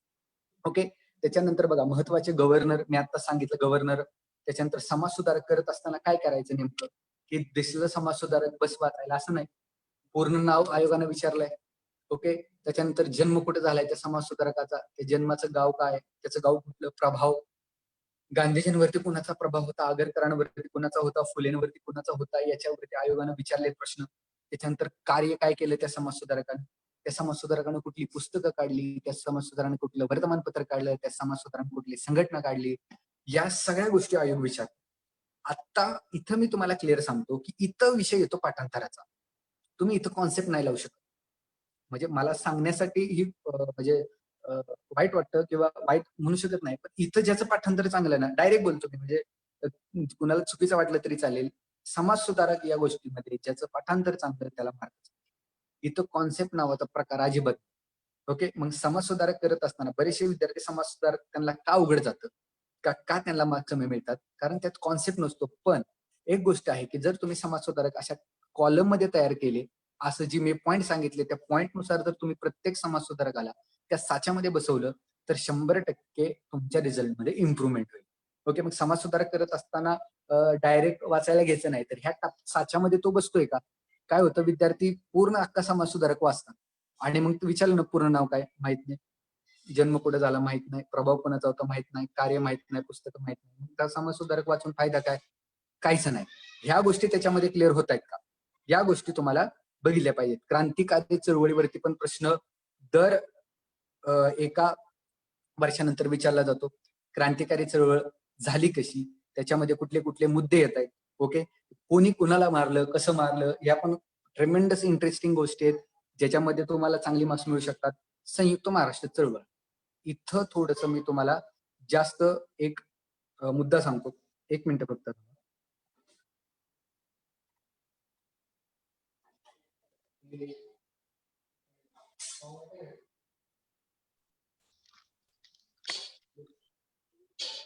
तोपर्यंत विद्यार्थ्यांना काही डाऊट असतील तर विद्यार्थी सर्व मित्रांना विनंती की तुम्ही चॅटबॉक्स मध्ये टाका. ऍट द एंड ऑफ दिस सेशनला ते सरांना सांगण्यात येतील, हरकत नाही. या प्रवासात काही प्रश्न असतील तर तुम्ही तसे टाका. ओके, हा सर कंटिन्यू. आता संयुक्त महाराष्ट्र चळवळ, याच्यामध्ये आयोगाने एक ट्रेंड आणलेला आहे. म्हणजे याच्यामध्ये चांगले प्रश्न आजकाल बघायला मिळतात स्पर्धा परीक्षेमध्ये. तर संयुक्त महाराष्ट्राची चळवळ म्हणजे काय? तर हा जो मुद्दा आहे ना, याच्यामध्ये एक गोष्ट क्लिअर सांगतो की संयुक्त महाराष्ट्र म्हणजे काय, तर महाराष्ट्राचा सेपरेट स्वातंत्र्यासाठी काय झालं. म्हणजे इथं बघा मी गोल काढलेत, लक्ष द्या फक्त. हा आहे भारत आणि हा आहे महाराष्ट्र. ओके, तुम्ही म्हणसाल सर भारतापेक्षा महाराष्ट्र मोठा आहे, इथं तुम्ही आकारावरती जाऊ नका, कॉन्सेप्ट लक्ष द्या. तर संयुक्त आपण आतापर्यंत काय बघितलं की भारत स्वतंत्र कसा झाला, त्याच्यामध्ये कुणी कुणी काय काय काय काय केलं, हा म्हणजे भारतीय स्वातंत्र्याचा इतिहास.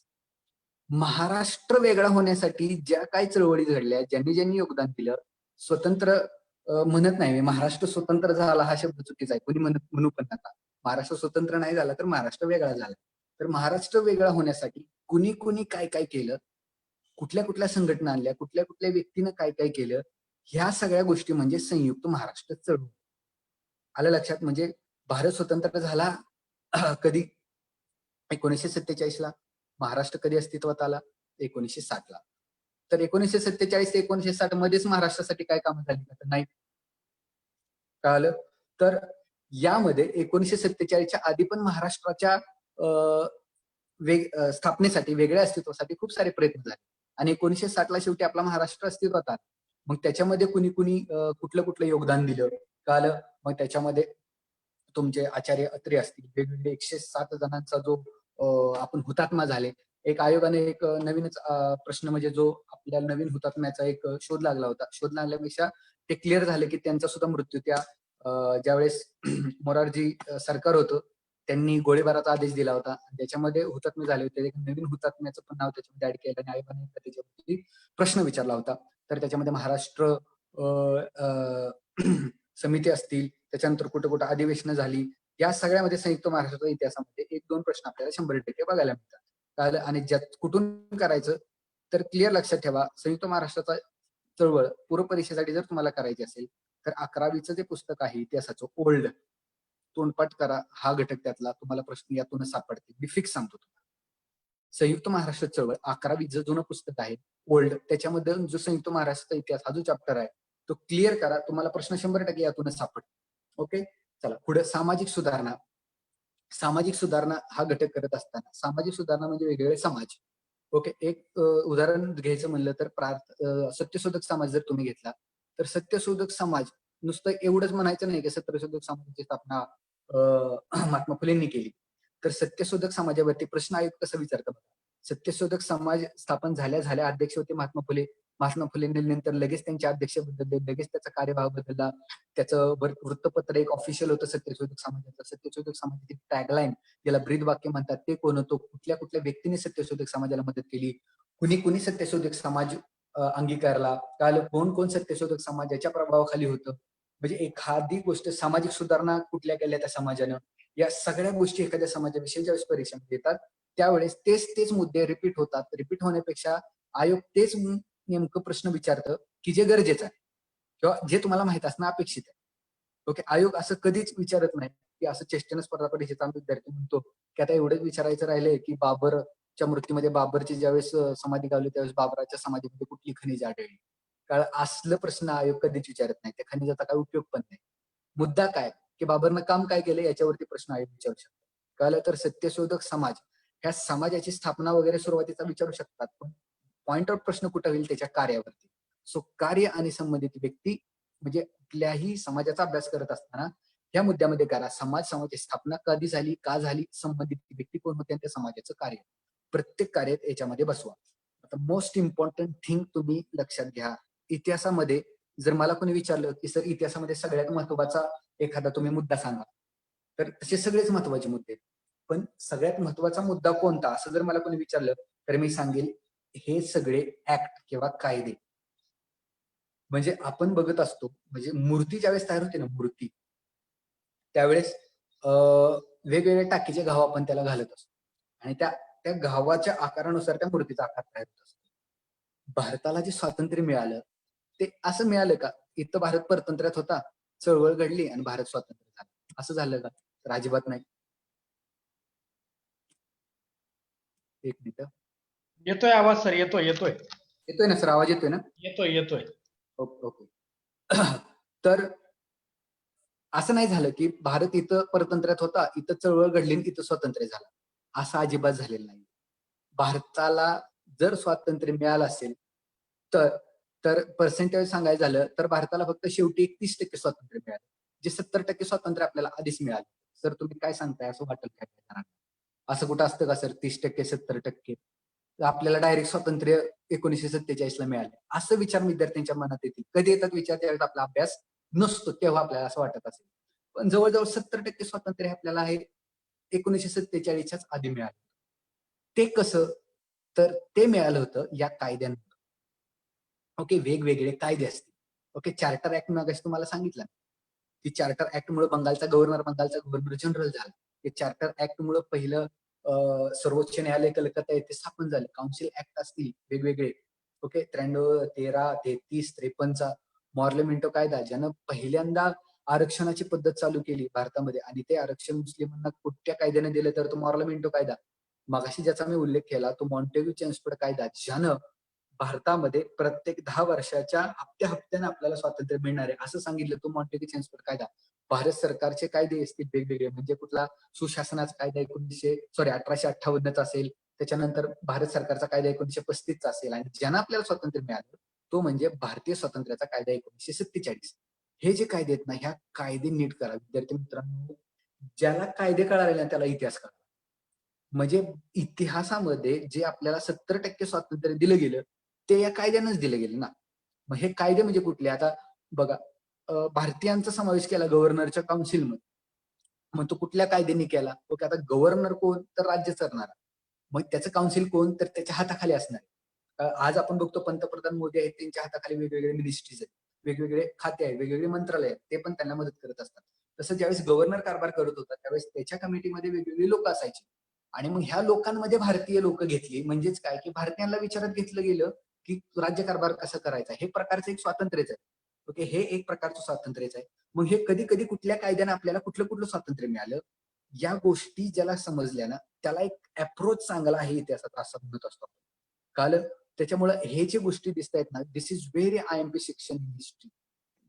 एक नंबर जर ज्याला चार्ट कळाले त्याला इतिहास कळाला सरळ सरळ.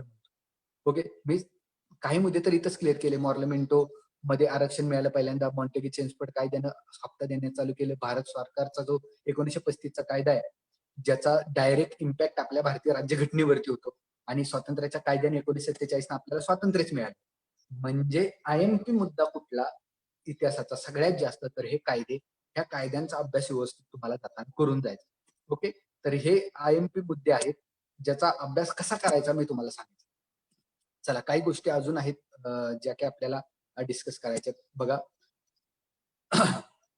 अभ्यास करताना स्पर्धा परीक्षेमध्ये आता डायरेक्ट एक अप्रोच कडे येऊया की काही विद्यार्थ्यांचा प्रश्न असतो की सर अभ्यासाची सुरुवात काय करायची आणि अभ्यास करताना काय करायचं आणि अभ्यास होत नाही तर मार्क्स येत नाही तर सुरुवातीला आम्ही काय केलं पाहिजे जेणेकरून आम्ही भरकटणार.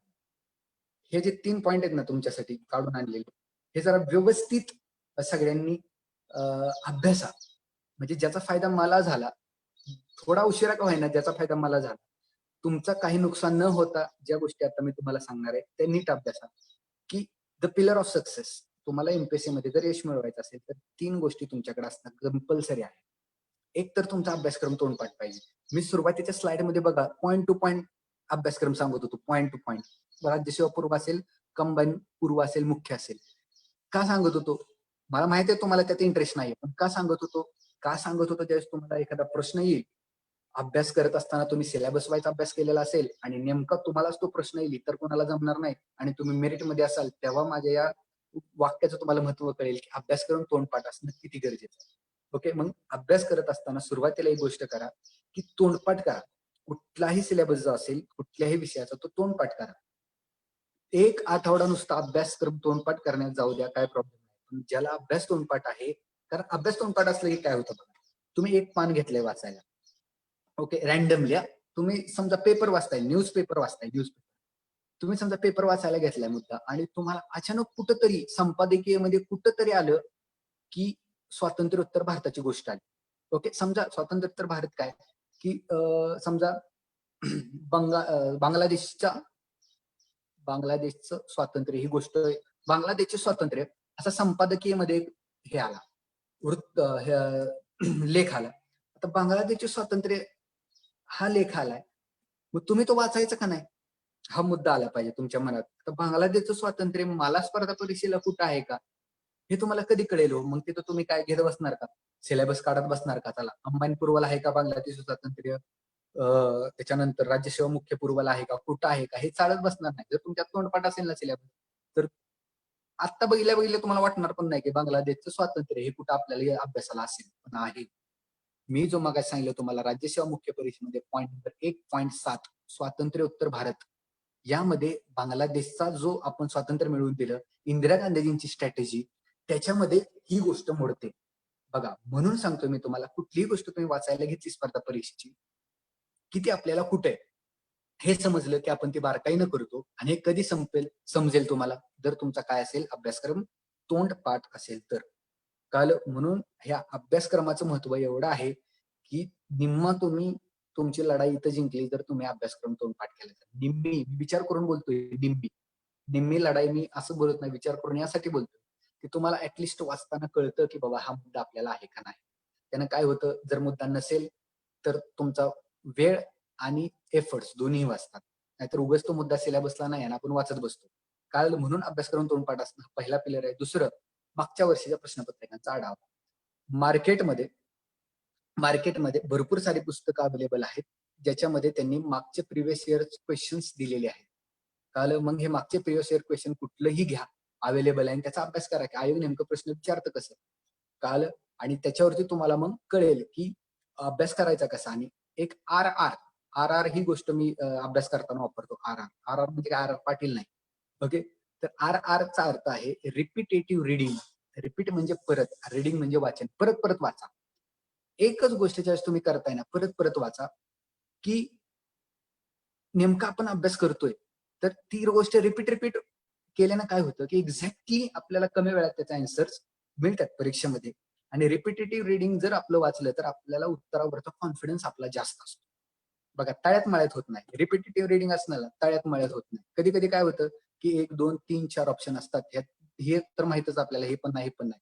या 2 मध्ये नेमका कुठला, हे कधी होतं, ज्यावेळेस आपण त्याचं रिव्हिजन करतो. रिपिटेटिव्ह रिडिंग म्हणजे रिव्हिजन. म्हणजे ह्या 3 गोष्टी जर तुम्ही व्यवस्थित पाळल्या तर तुम्हाला अभ्यास करत असताना किंवा हे यश मिळवत असताना कुठल्याच प्रकारची अडचण येणार नाही. लक्षात ठेवा, अभ्यास करून तोंडपाठ करा, मागच्या वर्षीच्या प्रश्नपत्रिका अभ्यासा, आणि जे काय वाचताय ते त्याचं रिपीट रिडिंग करा. म्हणजे मी कायम असं मी सुरुवातीला करायचो की आठवड्यात 7 दिवस असतात, 6 दिवस जे वाचलं ते 7व्या दिवशी रिपीट करायचं. ओके, आणि महिन्याभरात जे असं वाचल ते महिन्याच्या शेवटच्या दिवशी रिपीट करायचं. बघा किती चांगला मुद्दा आहे किंवा किती महत्वाचा मुद्दा आहे. आणि त्याच्या अलीकडे दिवसभरात जे वाचल ना ते संध्याकाळी झोपताना रिव्हिजन करायचं. आठवड्याभरात जे वाचल ते शेवटच्या दिवशी रिव्हिजन करायचं, आणि महिन्याभरात जे वाचल ते महिन्याच्या शेवटी रिव्हिजन करायचं. कारण रिव्हिजन हेच सक्सेस आहे. रिपिटेटिव्ह रिडिंग करा, ऑप्शनवरचा कॉन्फिडन्स वाढेल, 100%. एमपीएससी मध्ये तुम्हाला पोस्ट मिळवायची असेल तर 50 ते 52% मार्क्स लागतात. 50 ते 52%. ओके. जे की तुम्हाला असं वाटेल सर असं कुठं असतं का? लिस्ट चेक करा, मार्क चेक करा, एवढ्या मार्काला पोस्ट मिळेल. तुम्हाला 100 पैकी 100 मार्क मिळवायचे असं ध्येय ठेवा. पण आपल्याला सगळंच आलं पाहिजे असं म्हणजे तुम्ही जर नको त्या मागे पळत राहिला की तुम्हाला रिव्हिजन करायला वेळ मिळणार नाही, तुम्हाला मार्क्स तसे मिळणार नाही. त्याच्यामुळे एक गोष्ट लक्षात घ्या की रिपीटेड रिडिंग करा. ओके. या 3 गोष्टी क्लिअर झाल्या तुम्हाला. आता आपल्या आजच्या लेक्चर मधला सगळ्यात महत्वाचा सगळ्यात ज्याच्यावरती बऱ्याच जणांचे प्रश्न आहेत आणि जो तुम्हाला मला एकदम व्यवस्थित समजून सांगायचा आहे आणि जी स्लाइड बनवण्यासाठी मी थोडासा वेळ दिला कारण तुम्हाला त्याचा फायदा होईल. स्पर्धा परीक्षेमध्ये येत असताना तुम्हाला एक गोष्ट सांगितली जाते की पाठ्यपुस्तकं वाचा. क्लिअर. पाठ्यपुस्तकं वाचा म्हणलं जातं. मग आपण काय करतो? 5वी पासून 12वी पर्यंतची पुस्तकं आणतो, पटपट पटपट पटपट वाचत बसतो. 5वी ते 12वी पर्यंत सनसन वाचन काढतो आणि नंतर बघतो की हा आता मला एमपीएससी ला सुरुवात करायची. पण 5वीचं पुस्तक तुला सिलेबसला किती आहे, 6वीचं कुठं आहे, 7वीचं कुठं आहे हे माहित पाहिजे ना. एफर्ट्स तुमची डिवायडेड नाही झाली पाहिजे. तुम्ही एक फिक्स करा टार्गेट तुमचं. तुम्हाला कंबाईन परीक्षा द्यायची आहे का स्टेट सर्व्हिस द्यायची आहे की राज्यसेवा पूर्व परीक्षा द्यायची आहे. काल ज्याचं लेक्चर आपण 2 भागामध्ये विभागलं होतं. तुम्हाला राज्यसेवा द्यायची आहे का तुम्हाला कंबाईन द्यायची हे आधी डिसाईड करा. हे डिसाईड झालं की तुमचं निम्म कन्फ्युजन इथंच दूर झालं. ओके. हे डिसाईड केलं की बघा काय होत आहेत गोष्टी की पाठ्यपुस्तकामध्ये काय वाचायचं. मी नवीन पाठ्यपुस्तकानुसार ही स्लाइड बनवली. सो ते तुम्ही क्लिअर करा आधी. म्हणजे तुम्ही त्याच्यामध्ये एक गोष्ट लक्षात ठेवा की नवीन पाठ्यपुस्तकं जी आहेत त्याच्यानुसार आपण ही स्लाइड बनवलेली आहे. बघा. तर 5वीचं पुस्तक ज्यावेळेस तुम्ही वाचता 5वी, तर 5वीचं पुस्तक वाचायला घेतल्यानंतर त्याच्यामध्ये नेमकं ते 5वीचं पुस्तक आपल्याला येणार आहे कुठं हे माहित असणं गरजेचं आहे. क्लिअर मुद्दा बघा. एकदम महत्वाचं आहे. 5वीचं पुस्तक वाचायला घेतलंय ते येणार आहे कुठं ते माहित पाहिजे आपल्याला. तर 5वीचं पुस्तक आपल्याला प्राचीन इतिहासाचं आहे, नवीन, आणि जे कुठं पडणार आहे आपल्याला राज्यसेवा पूर्वला पडणार आहे. ओके. राज्यसेवा पूर्वला ज्यावेळेस आपल्याला हे पुस्तक पडणार आहे त्यावेळेस आपल्याला तिथंच कळलं पाहिजे की कंबाईनच्या परीक्षेसाठी 5वीचं पुस्तक गरजेचं नाही, वाचायचं सोडायचं. तिथं जे विद्यार्थी कंबाईनचा अभ्यास करतात त्यांनी 5वीचं पुस्तक वाचायचं नाही. काल हे गोष्ट तुमच्या क्लिअर कट लक्षात असली पाहिजे. 6वीचं पुस्तक त्याच्यामध्ये पण थोडासा प्राचीन इतिहास आहे, ते पण तुम्हाला राज्यसेवा पूर्वलाच आहे. ओके. म्हणजे राज्यसेवा पूर्व अभ्यास करणाऱ्या विद्यार्थ्यांनी 5वी 6वीचं पुस्तक कंपल्सरी वाचायचे. कंबाईनच्या विद्यार्थ्यांनी हे पुस्तक अजिबात वाचायचं नाही.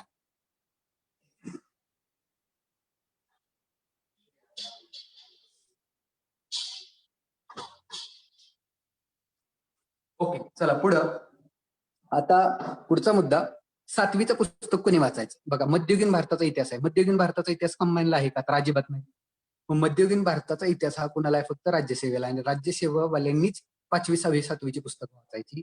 कंबाईनवाल्यांनी 5वी 6वी 7वीची पुस्तकं वाचायची नाही. क्लिअर झालं. म्हणजे तुम्ही जर वाचायला घेतले असेल तर ते एकदा बघा सिलेबस नुसार आहेत का. मी सांगतोय ते पण लक्षात ठेवू नका. तुम्ही एकदा बघा ते सिलेबसला आहे का. ओके. म्हणजे 5वी 6वी 7वीची पुस्तकं राज्यसेवा पूर्व परीक्षेसाठी खूप महत्वाची आहेत येणाऱ्या. ज्यांनी राज्यसेवा परीक्षेची तयारी ठेवली त्यांनी, आणि ज्यांनी कंबाईनची तयारी ठेवली त्यांनी हे वाचायची गरज नाही. येऊ पुढच्या पुस्तकाकडे 8वीच्या. आधुनिक भारताचा इतिहास आहे जो प्रत्येक परीक्षेला आहे. 8वीचं पुस्तक तोंडपाठच करायचं. राज्यसेवा पूर्व मुख्याला पण आहे आणि गट ब कंबाईन पूर्व मुख्याला पण आहे. सो 8वीचं पुस्तक किती महत्वाचं आहे बघा. 9वीचं पुस्तक स्वातंत्र्योत्तर इतिहास. बऱ्यापैकी स्वातंत्र्योत्तर इतिहास आहे. काही गोष्टी पण आहेत राज्यसेवा पूर्व मुख्याला आणि काही पार्ट असे आहेत की कंबाईनला पण आहे. सो 9वीचं पुस्तक जरा व्यवस्थित बघा. काही मुद्दे आहेत कंबाईनला पण आहेत त्यातले. तर स्वातंत्र्योत्तर इतिहास कुठे आहे बघा. ज्यांनी लेक्चर व्यवस्थित लक्षात आलं असेल त्यांच्या पटकन लक्षात आलं असेल की स्वातंत्र्योत्तर इतिहास राज्यसेवा मुख्य परीक्षेला 1.1.7 मध्ये. मग तिथं आपल्याला कळतं की हे 9वीचं पुस्तक तिथं गरजेचं आहे. ओके. राज्यसेवा पूर्व मुख्यमध्ये पूर्वला पण आहे. 10वीचा इतिहास कुणीच वाचायचा नाही. जगाचा इतिहास तुम्हाला कुठं दिसला का बाबा. आपण स्टेट सर्व्हिसचा सिलेबस बघितला राज्यसेवेचा आणि कंबाईनचा PSI स्टे असिस्टंटचा पूर्व मुख्यचा सगळा पूर्व मुख्याचा सिलेबस बघितला. तुम्हाला कुठं दिसलं का जगाचा इतिहास? कुठंच दिसला नाही तुम्हाला. त्यामुळे जगाचा इतिहास आपल्याला नाही वाचायचा नाही. लक्षात घ्या. जास्त उगाच एफर्ट्स वाया घालू नका 10वीच्या इतिहासामध्ये. आता 11वीचं जे पुस्तक आहे ना ते मी 2 टप्प्यामध्ये घेतलंय. जुनं पण घेतलंय, नवी पण घेतलंय. काही विद्यार्थ्यांनी आता कमेंटमध्ये मला विचारलंय की 11वीच्या पुस्तकाचं काय करायचं. त्यांनी जरा नीट लक्ष द्या. 11वीच्या पुस्तकाचं काय करायचं. 11वीचं जुनं पुस्तक जर घेतलं ना तुम्ही तर 11वीच्या जुन्या पुस्तकामध्ये जो इतिहास आहे तो महाराष्ट्राचा जास्त आहे आणि तो तुम्हाला राज्यसेवा पूर्व मुख्य आणि गट ब पूर्व मुख्यला पण आहे. या 11वीच्या पुस्तकातून लय प्रश्न आलेले आहेत ज्याचं उदाहरण आपण पुढच्या स्लाइडमध्ये बघणार आहोत. 11वीचं जुनं इतिहासाचं पुस्तक तुमचं तोंड पाठ असलं पाहिजे विद्यार्थ्यांनी. कंपल्सरी कोणाकडे नसेल तर त्यांनी घ्या, नवं घ्या. याने त्यानं खुणा केलेलं पुस्तक घेऊ नका. नवं पुस्तक घ्या आणि ज्याच्यामध्ये तुम्हाला या सगळ्या गोष्टी व्यवस्थित मिळतील. ओके, 11वी इतिहासाचं पुस्तक जे आहे राज्यसेवा पूर्व मुख्य दोन्हीला पण गरज. आलं लक्षात? ज्याच्यामध्ये महाराष्ट्राचा इतिहास आहे. जो संयुक्त महाराष्ट्र चळवळ बघा आपण मगाशी बघितलं पॉईंट की त्याच्यावरती प्रश्न येतात. मी सांगितलं की संयुक्त महाराष्ट्राची चळवळ या 11वीच्या पुस्तकातून आहे अशी येते. 11वीचं कुठलं तर जुनं. ओके, आता 11वीचं एक नवीन पुस्तक आले ज्याच्यामध्ये प्राचीन तसेच मध्ययुगीन भारत दिलाय. मग तो कुठे कंबाईनला नाहीये, तो फक्त राज्यसेवा पूर्वलाच आहे, राज्यसेवा मुख्यला पण नाही. ही जी स्लाइड आहे ती स्लाइड खूप त्या पुस्तकांचा अभ्यास करून तुमच्यासाठी तयार केली आहे. म्हणजे तुम्हाला पाठ्यपुस्तक वाचत असताना कळेल की नेमकं हे पाठ्यपुस्तक आपल्या कुठल्या परीक्षेला आहे. ओके, आणि म्हणजे 11वीचं नवीन पुस्तक आहे त्यामध्ये प्राचीन आणि मध्ययुगीन भारत दिलाय, जो तुम्हाला राज्यसेवा पूर्वला आहे, राज्यसेवा मुख्यला पण नाही, कंबाईन पूर्वला पण नाही आणि कंबाईन मुख्यला पण नाही. आता जो 12वीचा इतिहास जो आहे नवीन मध्ये, तो 12वीच्या इतिहासामध्ये वसाहतवाद, जागतिकीकरण, बदलता भारत आणि थोडंसं युरोपाची पार्श्वभूमी, युरोपामध्ये स्वातंत्र्याची चळवळ कशी चालली तर हे बघितलंय. तर युरोप वगैरे त्याच्यावरती प्रश्न येणार नाहीत, पण वसाहतवाद, जागतिकीकरण आणि बदलता भारत जो राज्यसेवेच्या 1.7 मध्ये तिथे हे प्रश्न येतील. म्हणजे ही जी स्लाइड आहे पाठ्यपुस्तकाच्या संदर्भातली त्या गोष्टी तुमच्या नीट करून घ्या. ओके, पाठ्यपुस्तकामध्ये 5वी कुठं आहे, 6वी कुठं आहे, 7वी, 8वी, 9वी, 10वी, 11वी, 12वी ही नेमकं कुठं आहे ह्याचं क्लिअर डिटेल वर्णन मी याच्या पुढच्या जे पॉईंट आहेत त्याचे दिलेत. ओके, म्हणजे जे कंबाईनचे विद्यार्थी अभ्यास करत आहेत त्यांनी कुठल्या पुस्तकाकडे जास्त लक्ष द्यायचं तर त्यांनी 8वीचं पुस्तक, ओके, त्याच्यानंतर 11वीचं जुनं पुस्तक याच्याकडे जास्त लक्ष द्यायचं. आता हे झालं मुद्दा पाठ्यपुस्तकाच्या बाबतीत. आता मग रेफरन्स बुक्स कुठल्या वापरायची तर एक समाधान महाजन सरांचं पुस्तक आहे ज्याच्यामध्ये आधुनिक भारताचा आणि महाराष्ट्र इतिहास खूप छान पद्धतीने दिले. तर हे पुस्तक तुम्ही व्यवस्थित वाचा. हे वाचताना पाठ्यपुस्तकं काय करा, नोट्स लगेच काढू नका, पहिल्या रिडिंग मध्ये नोट्स काढू नका. आपल्याला काय कळत नाही पहिल्या रिडिंग मध्ये, नेमकं त्यांना म्हणायचंय काय हे पण कळत नाही आणि आपलं सुरुवातीचं वाचन असतं, आपल्याला महत्वाचं काय हे पण कळत नाही. पहिल्या रिडिंग मध्ये नोट्स अजिबात काढू नका, दुसऱ्यात पण काढू नका पाठ्यपुस्तकाच्या, तिसऱ्या रिडिंग मध्ये तुम्ही नोट्स काढायला चालू करा. लुसंट पब्लिकेशनचं एक बुक आहे बघा, हिंदीमध्ये आहे ते. ते पुस्तक राज्यसेवा पूर्व परीक्षेला खूप महत्वाचं आहे, कारण या लुसंट मधून जो प्राचीन इतिहास आहे ना, त्या प्राचीन इतिहास लुसंट मधून जर प्राचीन इतिहासावरती 8 प्रश्न पडले तर त्यातले 4 ते 5 प्रश्न या लुसंट मधूनच असतात. आणि पानं तर आहेत फक्त 10 ते 12 पानं, पण त्याचे फॉन्ट लहान आहे, डाटा भरपूर आहे त्याच्यामध्ये. लुसंट पब्लिकेशनचं पुस्तक हिंदीमध्ये आहे, ज्याच्यामध्ये तुम्हाला ते पुस्तक प्रत्येक विषयाला उपयोगी पडेल. इतिहास, भूगोल, अर्थशास्त्र प्रत्येक विषयाला उपयोगी पडेल. पण प्राचीन भारताचा इतिहास लुसंट मधून बऱ्याचदा आलेला आहे असा. त्यानंतर भारताचा इतिहास करत असताना समाधान महाजन सरांचं पुस्तक वाचू शकता तुम्ही. भारताचा इतिहास बघा, 2 पुस्तक आहेत, ग्रोवर सरांचं पण आहे आणि कोळंबे सरांचं पण आहे. दोन्ही वाचू नका, कुठले तरी एक वाचा. भारताचा इतिहास बघा, जास्त संदर्भ ग्रंथ वाचू नका, कारण आर गोष्ट तुमची राहणार. आर म्हणजे काय तर रिपिटेटिव्ह रिडिंग. एक तर ग्रोवर सरांचं वाचा किंवा कोळंबे सरांचं वाचा. आणि महाराष्ट्राचा इतिहास वाचत असताना एक तर गाठाळ सरांचं वाचा किंवा कठारे सरांचं वाचा, दोन्हीपैकी एक वाचा, दोन्हीच्या नादी लागू नका. आणि नोट्स काढत असताना 1 ते 2 रिडिंग मध्ये करा. म्हणजे हे जे पाठ्यपुस्तकाचा संदर्भ आहे व्यवस्थित ते तुम्ही नीट अभ्यासा, कुठल्या परीक्षेला कुठला सिलेबस आहे आणि कुठलं पुस्तक गरजेचं आहे हे तुम्हाला त्याच्यातनं क्लिअर होईल. ओके, म्हणजे सिलेबसच्या नुसार जे काय पाठ्यपुस्तकं लागतात ते पण इथं आपण क्लिअर करून तुम्हाला दिलेलं आहे, काल पाठ्यपुस्तका सहित आणि संदर्भ ग्रंथा सहित. मग तुम्ही अभ्यासाला चालू करत असताना या सगळ्या गोष्टी आपल्याकडे आहेत का हे बघणं महत्वाचं आहे. आलं लक्षात? आता एक गोष्ट बघा महत्वाचं, मी सांगितलं तुम्हाला पाठ्यपुस्तकातनं आहे असे प्रश्न घेतले जातात. आहे असे, याचं उदाहरण तुम्हाला एक सांगायचंय. हा जो आहे तो 2016, आय थिंक 2016 पूर्व परीक्षा जी झाली होती PSIची, त्याच्यामध्ये 31 नंबरचा हा प्रश्न आला होता. 31 नंबरचा की वासुदेव बळवंत फडके यांनी आपल्या सहकाऱ्यांच्या मदतीने कोणत्या गावावर पहिला दरोडा घातला. हा प्रश्न आहे, PSI परीक्षा आहे असा मी तिथनं स्क्रीनशॉट मारून आणलाय. 2016ला PSI पूर्वला पडला होता. तर हा प्रश्न आहे असा या 11वीच्या पुस्तकात. ओके, इथं दिसेल तुम्हाला की त्यांनी म्हणजे कोणी, वासुदेव बळवंत फडके यांनी दौलतराव नाईकांच्या मदतीने लोणारी जवळ धामारी या गावावर पहिला दरोडा घातला. आणि धामारी तो ऑप्शन आहे असा दिलाय. इथं तुम्ही जर ते वाचला असेल व्यवस्थित तर डायरेक्ट क्लिक करतो आपण, विदिन सेकंड आपल्याला उत्तर मिळतं आणि आपण तो मार्क्स मिळवून जातो, जे की इतरांना मिळत नाही. आणि मला म्हणजे सांगण्यासाठी काय वाटत नाही की हा प्रश्न मला जमला नव्हता. म्हणजे माझं सुरुवातीचं ते वय होतं म्हणजे स्पर्धा परीक्षेतला, मला तो जमला नव्हता. आणि नंतर ज्यावेळेस मला कळालं की तो 11वीच्या पुस्तकात हा आहे असं उचललाय, त्यावेळेस मी पाठ्यपुस्तकांचे व्यवस्थित वाचून नोट्स काढल्या आणि मग नंतरच्या परीक्षेमध्ये माझं पाठ्यपुस्तकामध्ये आलेला प्रश्न अजिबात चुकत नाही. सांगायचंय काय की आहे असा, आता याच्यामध्ये तुम्हाला क्लिअर कट दिलं. जर कुणाला असं वाटत होतं की सर काय पण सांगतायत, पाठ्यपुस्तकातून कुठे प्रश्न येतात का, तर कुठलीच पूर्व परीक्षा पाठ्यपुस्तकाशिवाय तुम्ही पास होऊ शकत नाही. हे एक सत्य आहे. म्हणजे तो PSI ची घ्या, कंबाईनची घ्या किंवा राज्यसेवेची घ्या, कुठलीच पूर्व परीक्षा तुम्ही विदाउट पाठ्यपुस्तकं पास होऊ शकत नाही. पाठ्यपुस्तकाचा अभ्यास तुमचा असणं गरजेचं आहे. ज्याचं कट टू कट उदाहरण मी तुम्हाला या धामारी या गावावरती पडलेल्या प्रश्नातनं दिलेलं आहे. म्हणजे पाठ्यपुस्तकं वाचताना तुम्हाला किती बारकाईने त्याचा अभ्यास करायचा ही गोष्ट लक्षामध्ये आली असेल. ओके, चला तर ज्या गोष्टी होत्या इतिहासाच्या संदर्भातल्या महत्वाच्या त्या आपण इथं बघितलेल्या आहेत. माझ्याकडनं जे सांगणं होतं किंवा ज्या गोष्टी डिलिव्हर करू शकत होतो सगळ्या गोष्टी तुम्हाला डिलिव्हर केलेल्या आहेत. गेले 1.5-2 तास आपण ज्या काही गोष्टी तुम्हाला बघितल्या, सिलेबस असेल, प्रश्न कसे पडतात, अप्रोच काय ठेवायचा, कुठली पुस्तकं वापरायची, पाठ्यपुस्तक कुठलं कशाचं वापरायचं, सगळ्या गोष्टी आपण इथे क्लिअर केलेल्या आहेत.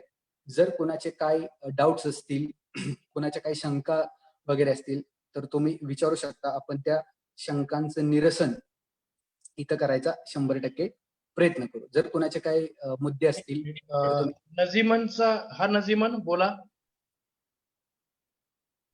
नजीमन शेख अनम्यूट करून बोलू शकता. तुमचा काय प्रश्न आहे का?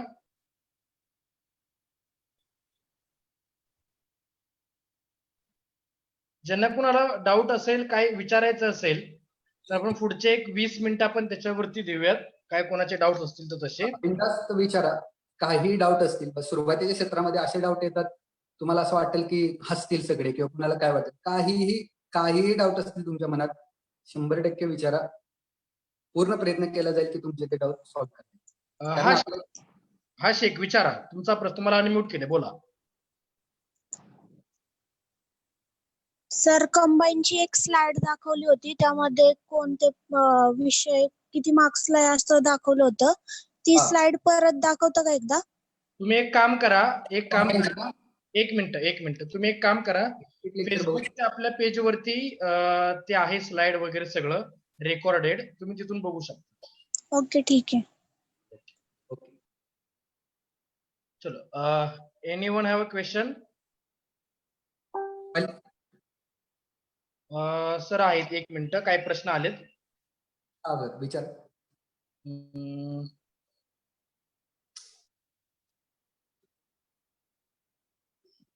सर, क्वेश्चन पेपर कोणत्या इयर पासून रेफर करायचं महत्वाचं आहे? हा, चांगला प्रश्न आहे. कोणत्या इयर पासून रेफर करायचे? तर माझं म्हणणं असेल की तुम्हाला जास्तीत जास्त क्वेश्चन पेपर जेवढे रेफर करायला मिळतील प्रिव्हियस इयरचे तेवढे सगळे करा असं मी म्हणेल. कारण क्वेश्चन पेपर ज्यावेळेस तुम्ही वाचता मागच्या वेळचे, असं काही नसतं की 2019चा अभ्यास केला क्वेश्चन पेपरचा मग त्याचा फायदा होईल, असं काही नाही. क्वेश्चन पेपर फक्त एकाच गोष्टीसाठी रेफर करत असतो की प्रश्न नेमकं स्वरूप कसं आहे. कधी कधी प्रश्न 1857 उदाहरण अजून एकदा देतो की कुठे प्रश्न विचारलाय की कानपूरमध्ये 1857 उठावाचं नेतृत्व केलं. ते प्रश्न कुठल्या तरी प्रिव्हियस एक्झाम मध्ये विचारला असेल आणि आता विचारला की आधीची तारीख कुठली. म्हणजे वेगवेगळ्या प्रश्नपत्रिकेतून तुम्हाला वेगवेगळ्या प्रकारचे प्रश्न बघायला मिळतील आणि ज्याचा उपयोग तुम्हाला अभ्यास करताना. त्याच्यामुळं मागच्या 5-6 वर्षाचे तर कंपल्सरी तुम्हाला बघायचे, नो डाऊट. मागच्या 6 वर्षाचे तर किमान क्वेश्चन पेपर तुम्हाला कंपल्सरी बघायचे आणि त्याच्या आधीचे बघायला मिळाले तरी अजून चांगलं होईल. म्हणजे तुमचा अप्रोच अभ्यासाबद्दलचा नीट राहील. एक प्रश्न आहे, मगाशी लेक्चर मध्ये सांगितले सरांनीच, कंबाईन. एक मिनिट, 2 आहेत सर. निगेटिव्ह मार्किंग सिस्टम असते का? सरांनी मेन्शन केलंय, पण तरी पण सर सांगा. निगेटिव्ह मार्किंग सिस्टीम आहे. निगेटिव्ह मार्किंग सिस्टीम कशी आहे बघा, जर तुम्ही राज्यसेवेची परीक्षा देत असाल तर 1/3 निगेटिव्ह मार्किंग सिस्टीम आहे. त्याच्यामध्ये 1/3 म्हणजे काय, जर तुमचे 3 प्रश्न चुकले तर तुमचे एका प्रश्नाचे मार्क्स कमी होतील राज्यसेवा परीक्षेमध्ये, पूर्व परीक्षेत. आणि जर तुम्ही कंबाईनची एक्झाम देत असाल तर त्याच्यामध्ये 1/4 निगेटिव्ह मार्किंग सिस्टीम आहे. म्हणजे 4 प्रश्न चुकले की तुमचे एका प्रश्नाचे मार्क्स कमी होणार. MPSCची जवळजवळ सगळ्या परीक्षेमध्ये अशी कुठलीच परीक्षा नाही की त्याच्यामध्ये बऱ्यापैकी निगेटिव्ह मार्किंग सिस्टीम नाहीये. बऱ्यापैकी सगळ्या परीक्षेमध्ये निगेटिव्ह मार्किंग सिस्टीम आहे. त्याच्यामुळं उत्तर देत असताना किंवा अटेम्प्ट करत असताना एक गोष्ट लक्षात असावी की निगेटिव्ह मार्किंग सिस्टीम पण आहे. राज्यसेवेला 1/3 आहे आणि कंबाईनला 1/4 आहे, लक्षात ठेवा. ओके, अजून एक प्रश्न आहे. कंबाईन साठी गाठाळे यांचे एकच बुक रेफर केले तर चालेल का?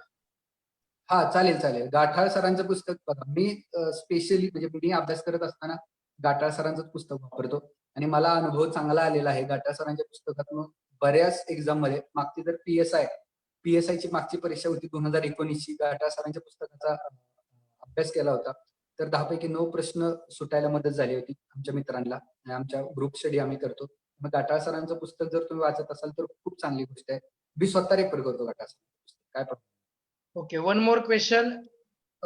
इतिहासामध्ये आपण योग्य पर्याय लवकर कसा निवडू शकतो? योग्य पर्याय, आता बघा, एक गमतीचा मुद्दा सांगतो तुम्हाला, प्रश्न आवडला मला. एमपीएससी मध्ये योग्य पर्याय म्हणजे मी जर असं म्हणलं एक गोल वाक्य तर तुम्ही म्हणताल असं कसं, पण एक गोष्ट आहे, एमपीएससी मध्ये बऱ्याचदा असं होतं की योग्य पर्याय ही गोष्टच आपल्याला कळत नाही. आपण योग्य पर्यायाकडे जायचं कसं, तर चार पर्याय असतात, हे 3 पर्याय बरोबर नाहीत म्हणून हा योग्य पर्याय, अशी वेळ पण बऱ्याचदा आली. म्हणजे आपल्याला उत्तर माहित नसतं, पण माहित असतं किंवा हे 3 ऑप्शन तर नाहीयेत म्हणून हा ऑप्शन बरोबर, अशी पण वेळ बऱ्याचदा येते ना, आपण त्याच्यामध्ये गुण मिळवून जातो. बघा, योग्य पर्याय त्याच वेळेस आपण निवडू शकतो ज्यावेळेस आपण ऑप्शन इलिमिनेट करायला शिकतो. मी मगाशी पर्सेंटेज वाईज तुम्हाला सांगितलं की जर तुम्ही एक ऑप्शन इलिमिनेट केला तर तुमची प्रोबॅबिलिटी 33% वर येते, 25%. ओके, 2 ऑप्शन इलिमिनेट केले तर तुम्ही 50% वरती येतात योग्य पर्यायाच्या दिशेने. मग योग्य पर्याय आपण कसा निवडू शकतो त्याच्यावरती एकच मी सांगेल की तुम्ही ऑप्शन इलिमिनेट करा, तुम्ही योग्य पर्यायाच्या जवळ जाऊन थांबा.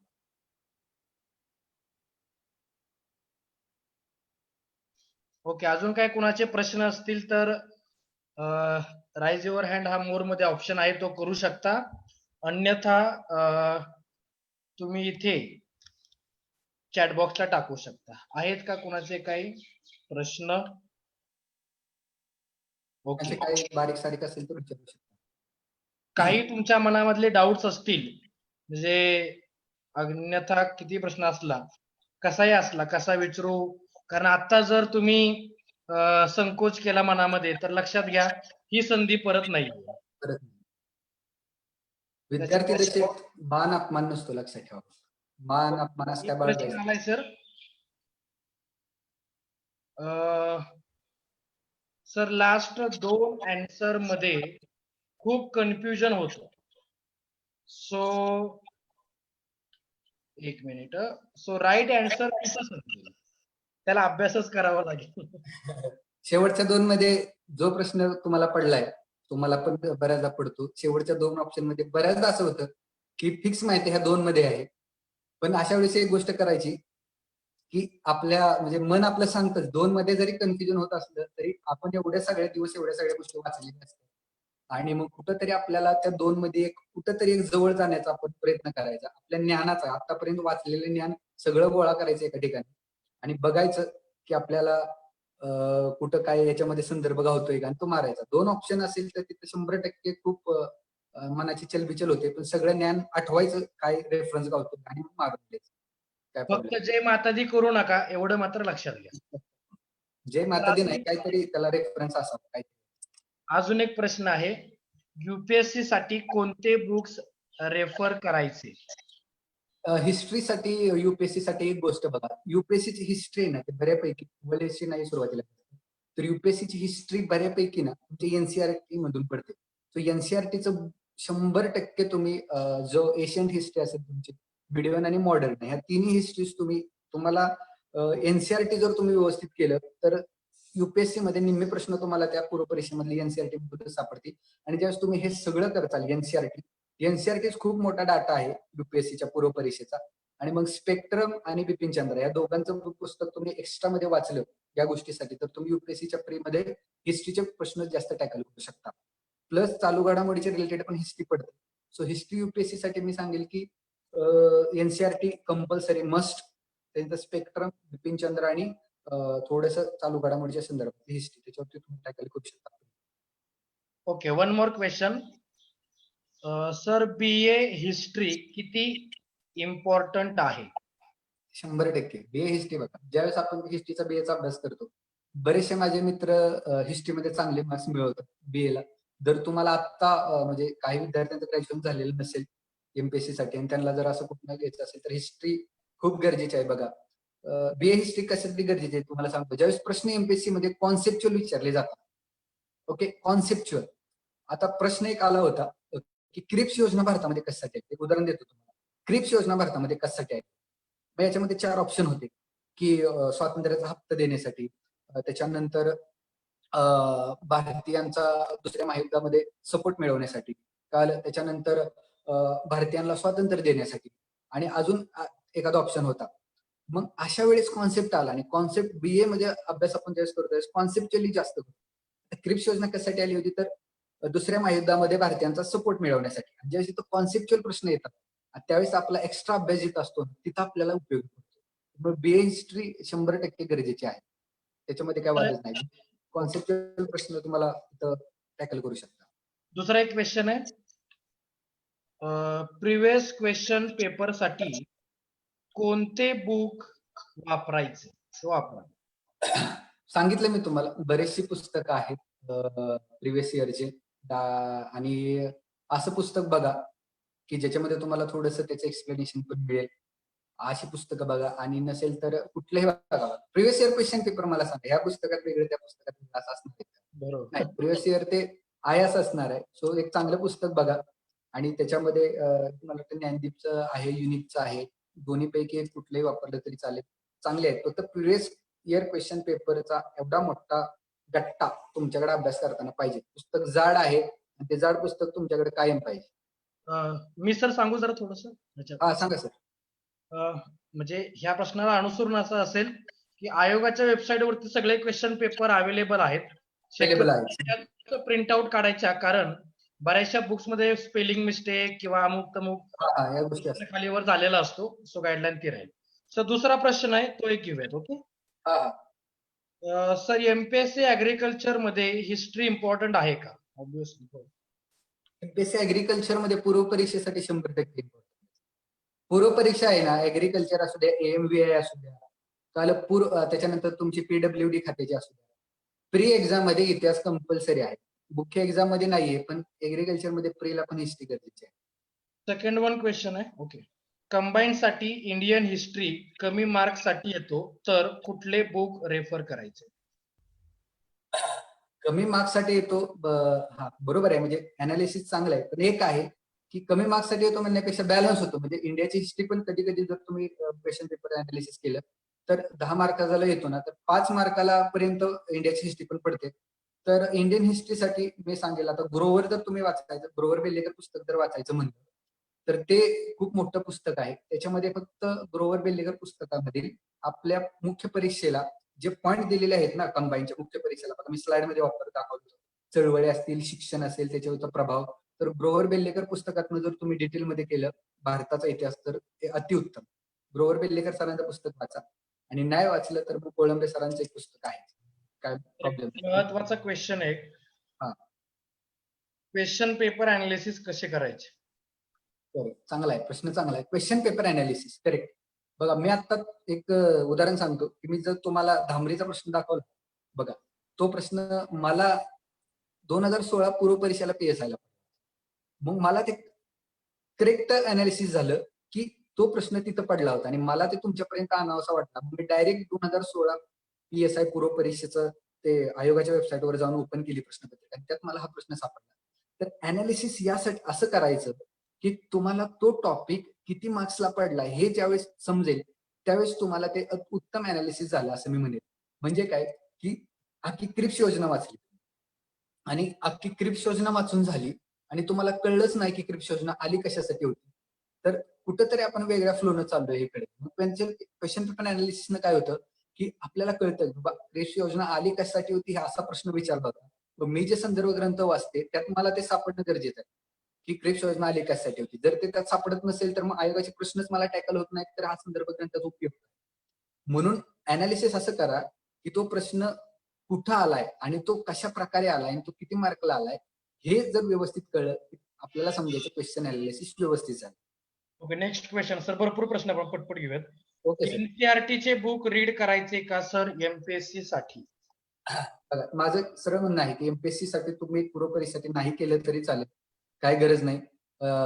पण जर केलं तर 1-2 प्रश्न तुम्ही टॅकल करू शकता चांगले, 1-2 प्रश्न. पण 1-2 प्रश्नासाठी तुम्हाला खूप सारं रिडिंग करावं लागेल.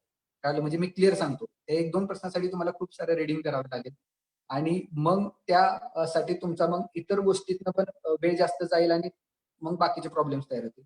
तर एनसीईआरटीचं पुस्तक म्हणण्यापेक्षा आपल्या पाठ्यपुस्तकात जर प्रश्न रिपीट होत असतील आहे असे, तर मग एनसीईआरटी जास्त तुमच्याकडे तर वेळ असेल तर कंपल्सरी वाचा, no doubt.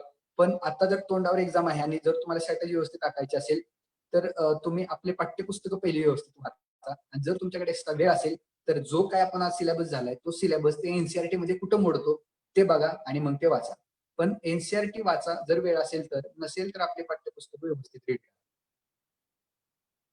Okay, next question. हो, कोणीतरी एक प्रश्न विचारलाय. आपले सगळे लेक्चर्स हे फेसबुकला आहेत, तुम्ही रेकॉर्डेड आहेत तिथं फेसबुकला, तुम्ही जाऊन बघू शकता. तर रॉयल अकॅडमी पुणे या आपल्या फेसबुक पेजवरती आहे ते. ओके सर, पुढचा प्रश्न आहे. सर, राज्यसेवेसाठी 10वीचे बुक वाचायचे गरजेचे नाही का? नाही, सांगितलं नाही तुम्हाला, सांगितलं की जगाचा इतिहास आहे तो जास्त पडत नाही. 10वीचं बुक तुम्ही नाही वाचलं तरी चालेल, जगाचा इतिहास नाहीच आहे. 10वीचं बुक वाचू नका. जे मी स्लाइड दिले ते एकदा रिपीट बघा. बरं, माझ्या स्लाइड वरती जरी तुम्ही म्हणजे काही डाऊट्स असतील तर तुम्ही आयोगाचा सिलेबस बघा आणि तुम्ही त्या जो पुस्तक बघताय पाठ्यपुस्तक त्याची अनुक्रमणिका बघा. ते कुठेतरी मॅच होते का? मॅच होत नसेल तर अजिबात वाचू नका. 10वीचं पुस्तक नाही वाचलं तरी चालेल. ओके, जगाचा इतिहास आपल्याला नाही. Next one question. गट ब च्या प्रिपरेशन साठी फक्त 8वी आणि 11वीचं पुस्तक अभ्यास सफिशियंट आहे का? 8वी आणि 11वीचं पुस्तक कंपल्सरी तोंडपाठ पाहिजे गट ब साठी. ओके, कंपल्सरी तोंडपाठ. 11वीचं कुठलं जुनं सांगितलंय, नवीन वाचा. नवीन वाचायचं नाही. गट ब त्यातनं प्राचीन इतिहास तुम्हाला नाही, जुनं वाचा गट ब चं. ओके, 8वी आणि 11वी कंपल्सरी फिक्स. आणि 9वी मध्ये एक थोडासा पॉइंट आहे, जो पॉइंट तुम्ही व्यवस्थित सिलेबस बघा, त्याच्यामध्ये थोडस हे दिलेलं आहे, उठाव दिलेले आहे, तर त्या उठाव पण बघा. नवीन पुस्तकामध्ये पण 11वीचा जो प्राचीन आणि मध्ययुगीन आहे तो वाचू नका. नवीन 11वीचं गट ब ची तयारी करत असेल तर जुना 11वीचं आणि 8वीचं नवीन हे पुस्तक तुम्ही कंपल्सरी वाचा. ओके, झालेत प्रश्न बऱ्यापैकी सगळे संपलेत. हो, करू शकतो आम्ही ऍग्रिकल्चर प्रिलियम्स एक्झामसाठी मार्गदर्शन. हो, त्या संदर्भात काय अडचण नाही. ओके, अजून कोणाचे काही प्रश्न असतील तर कळवा. ओके, हरकत नाही.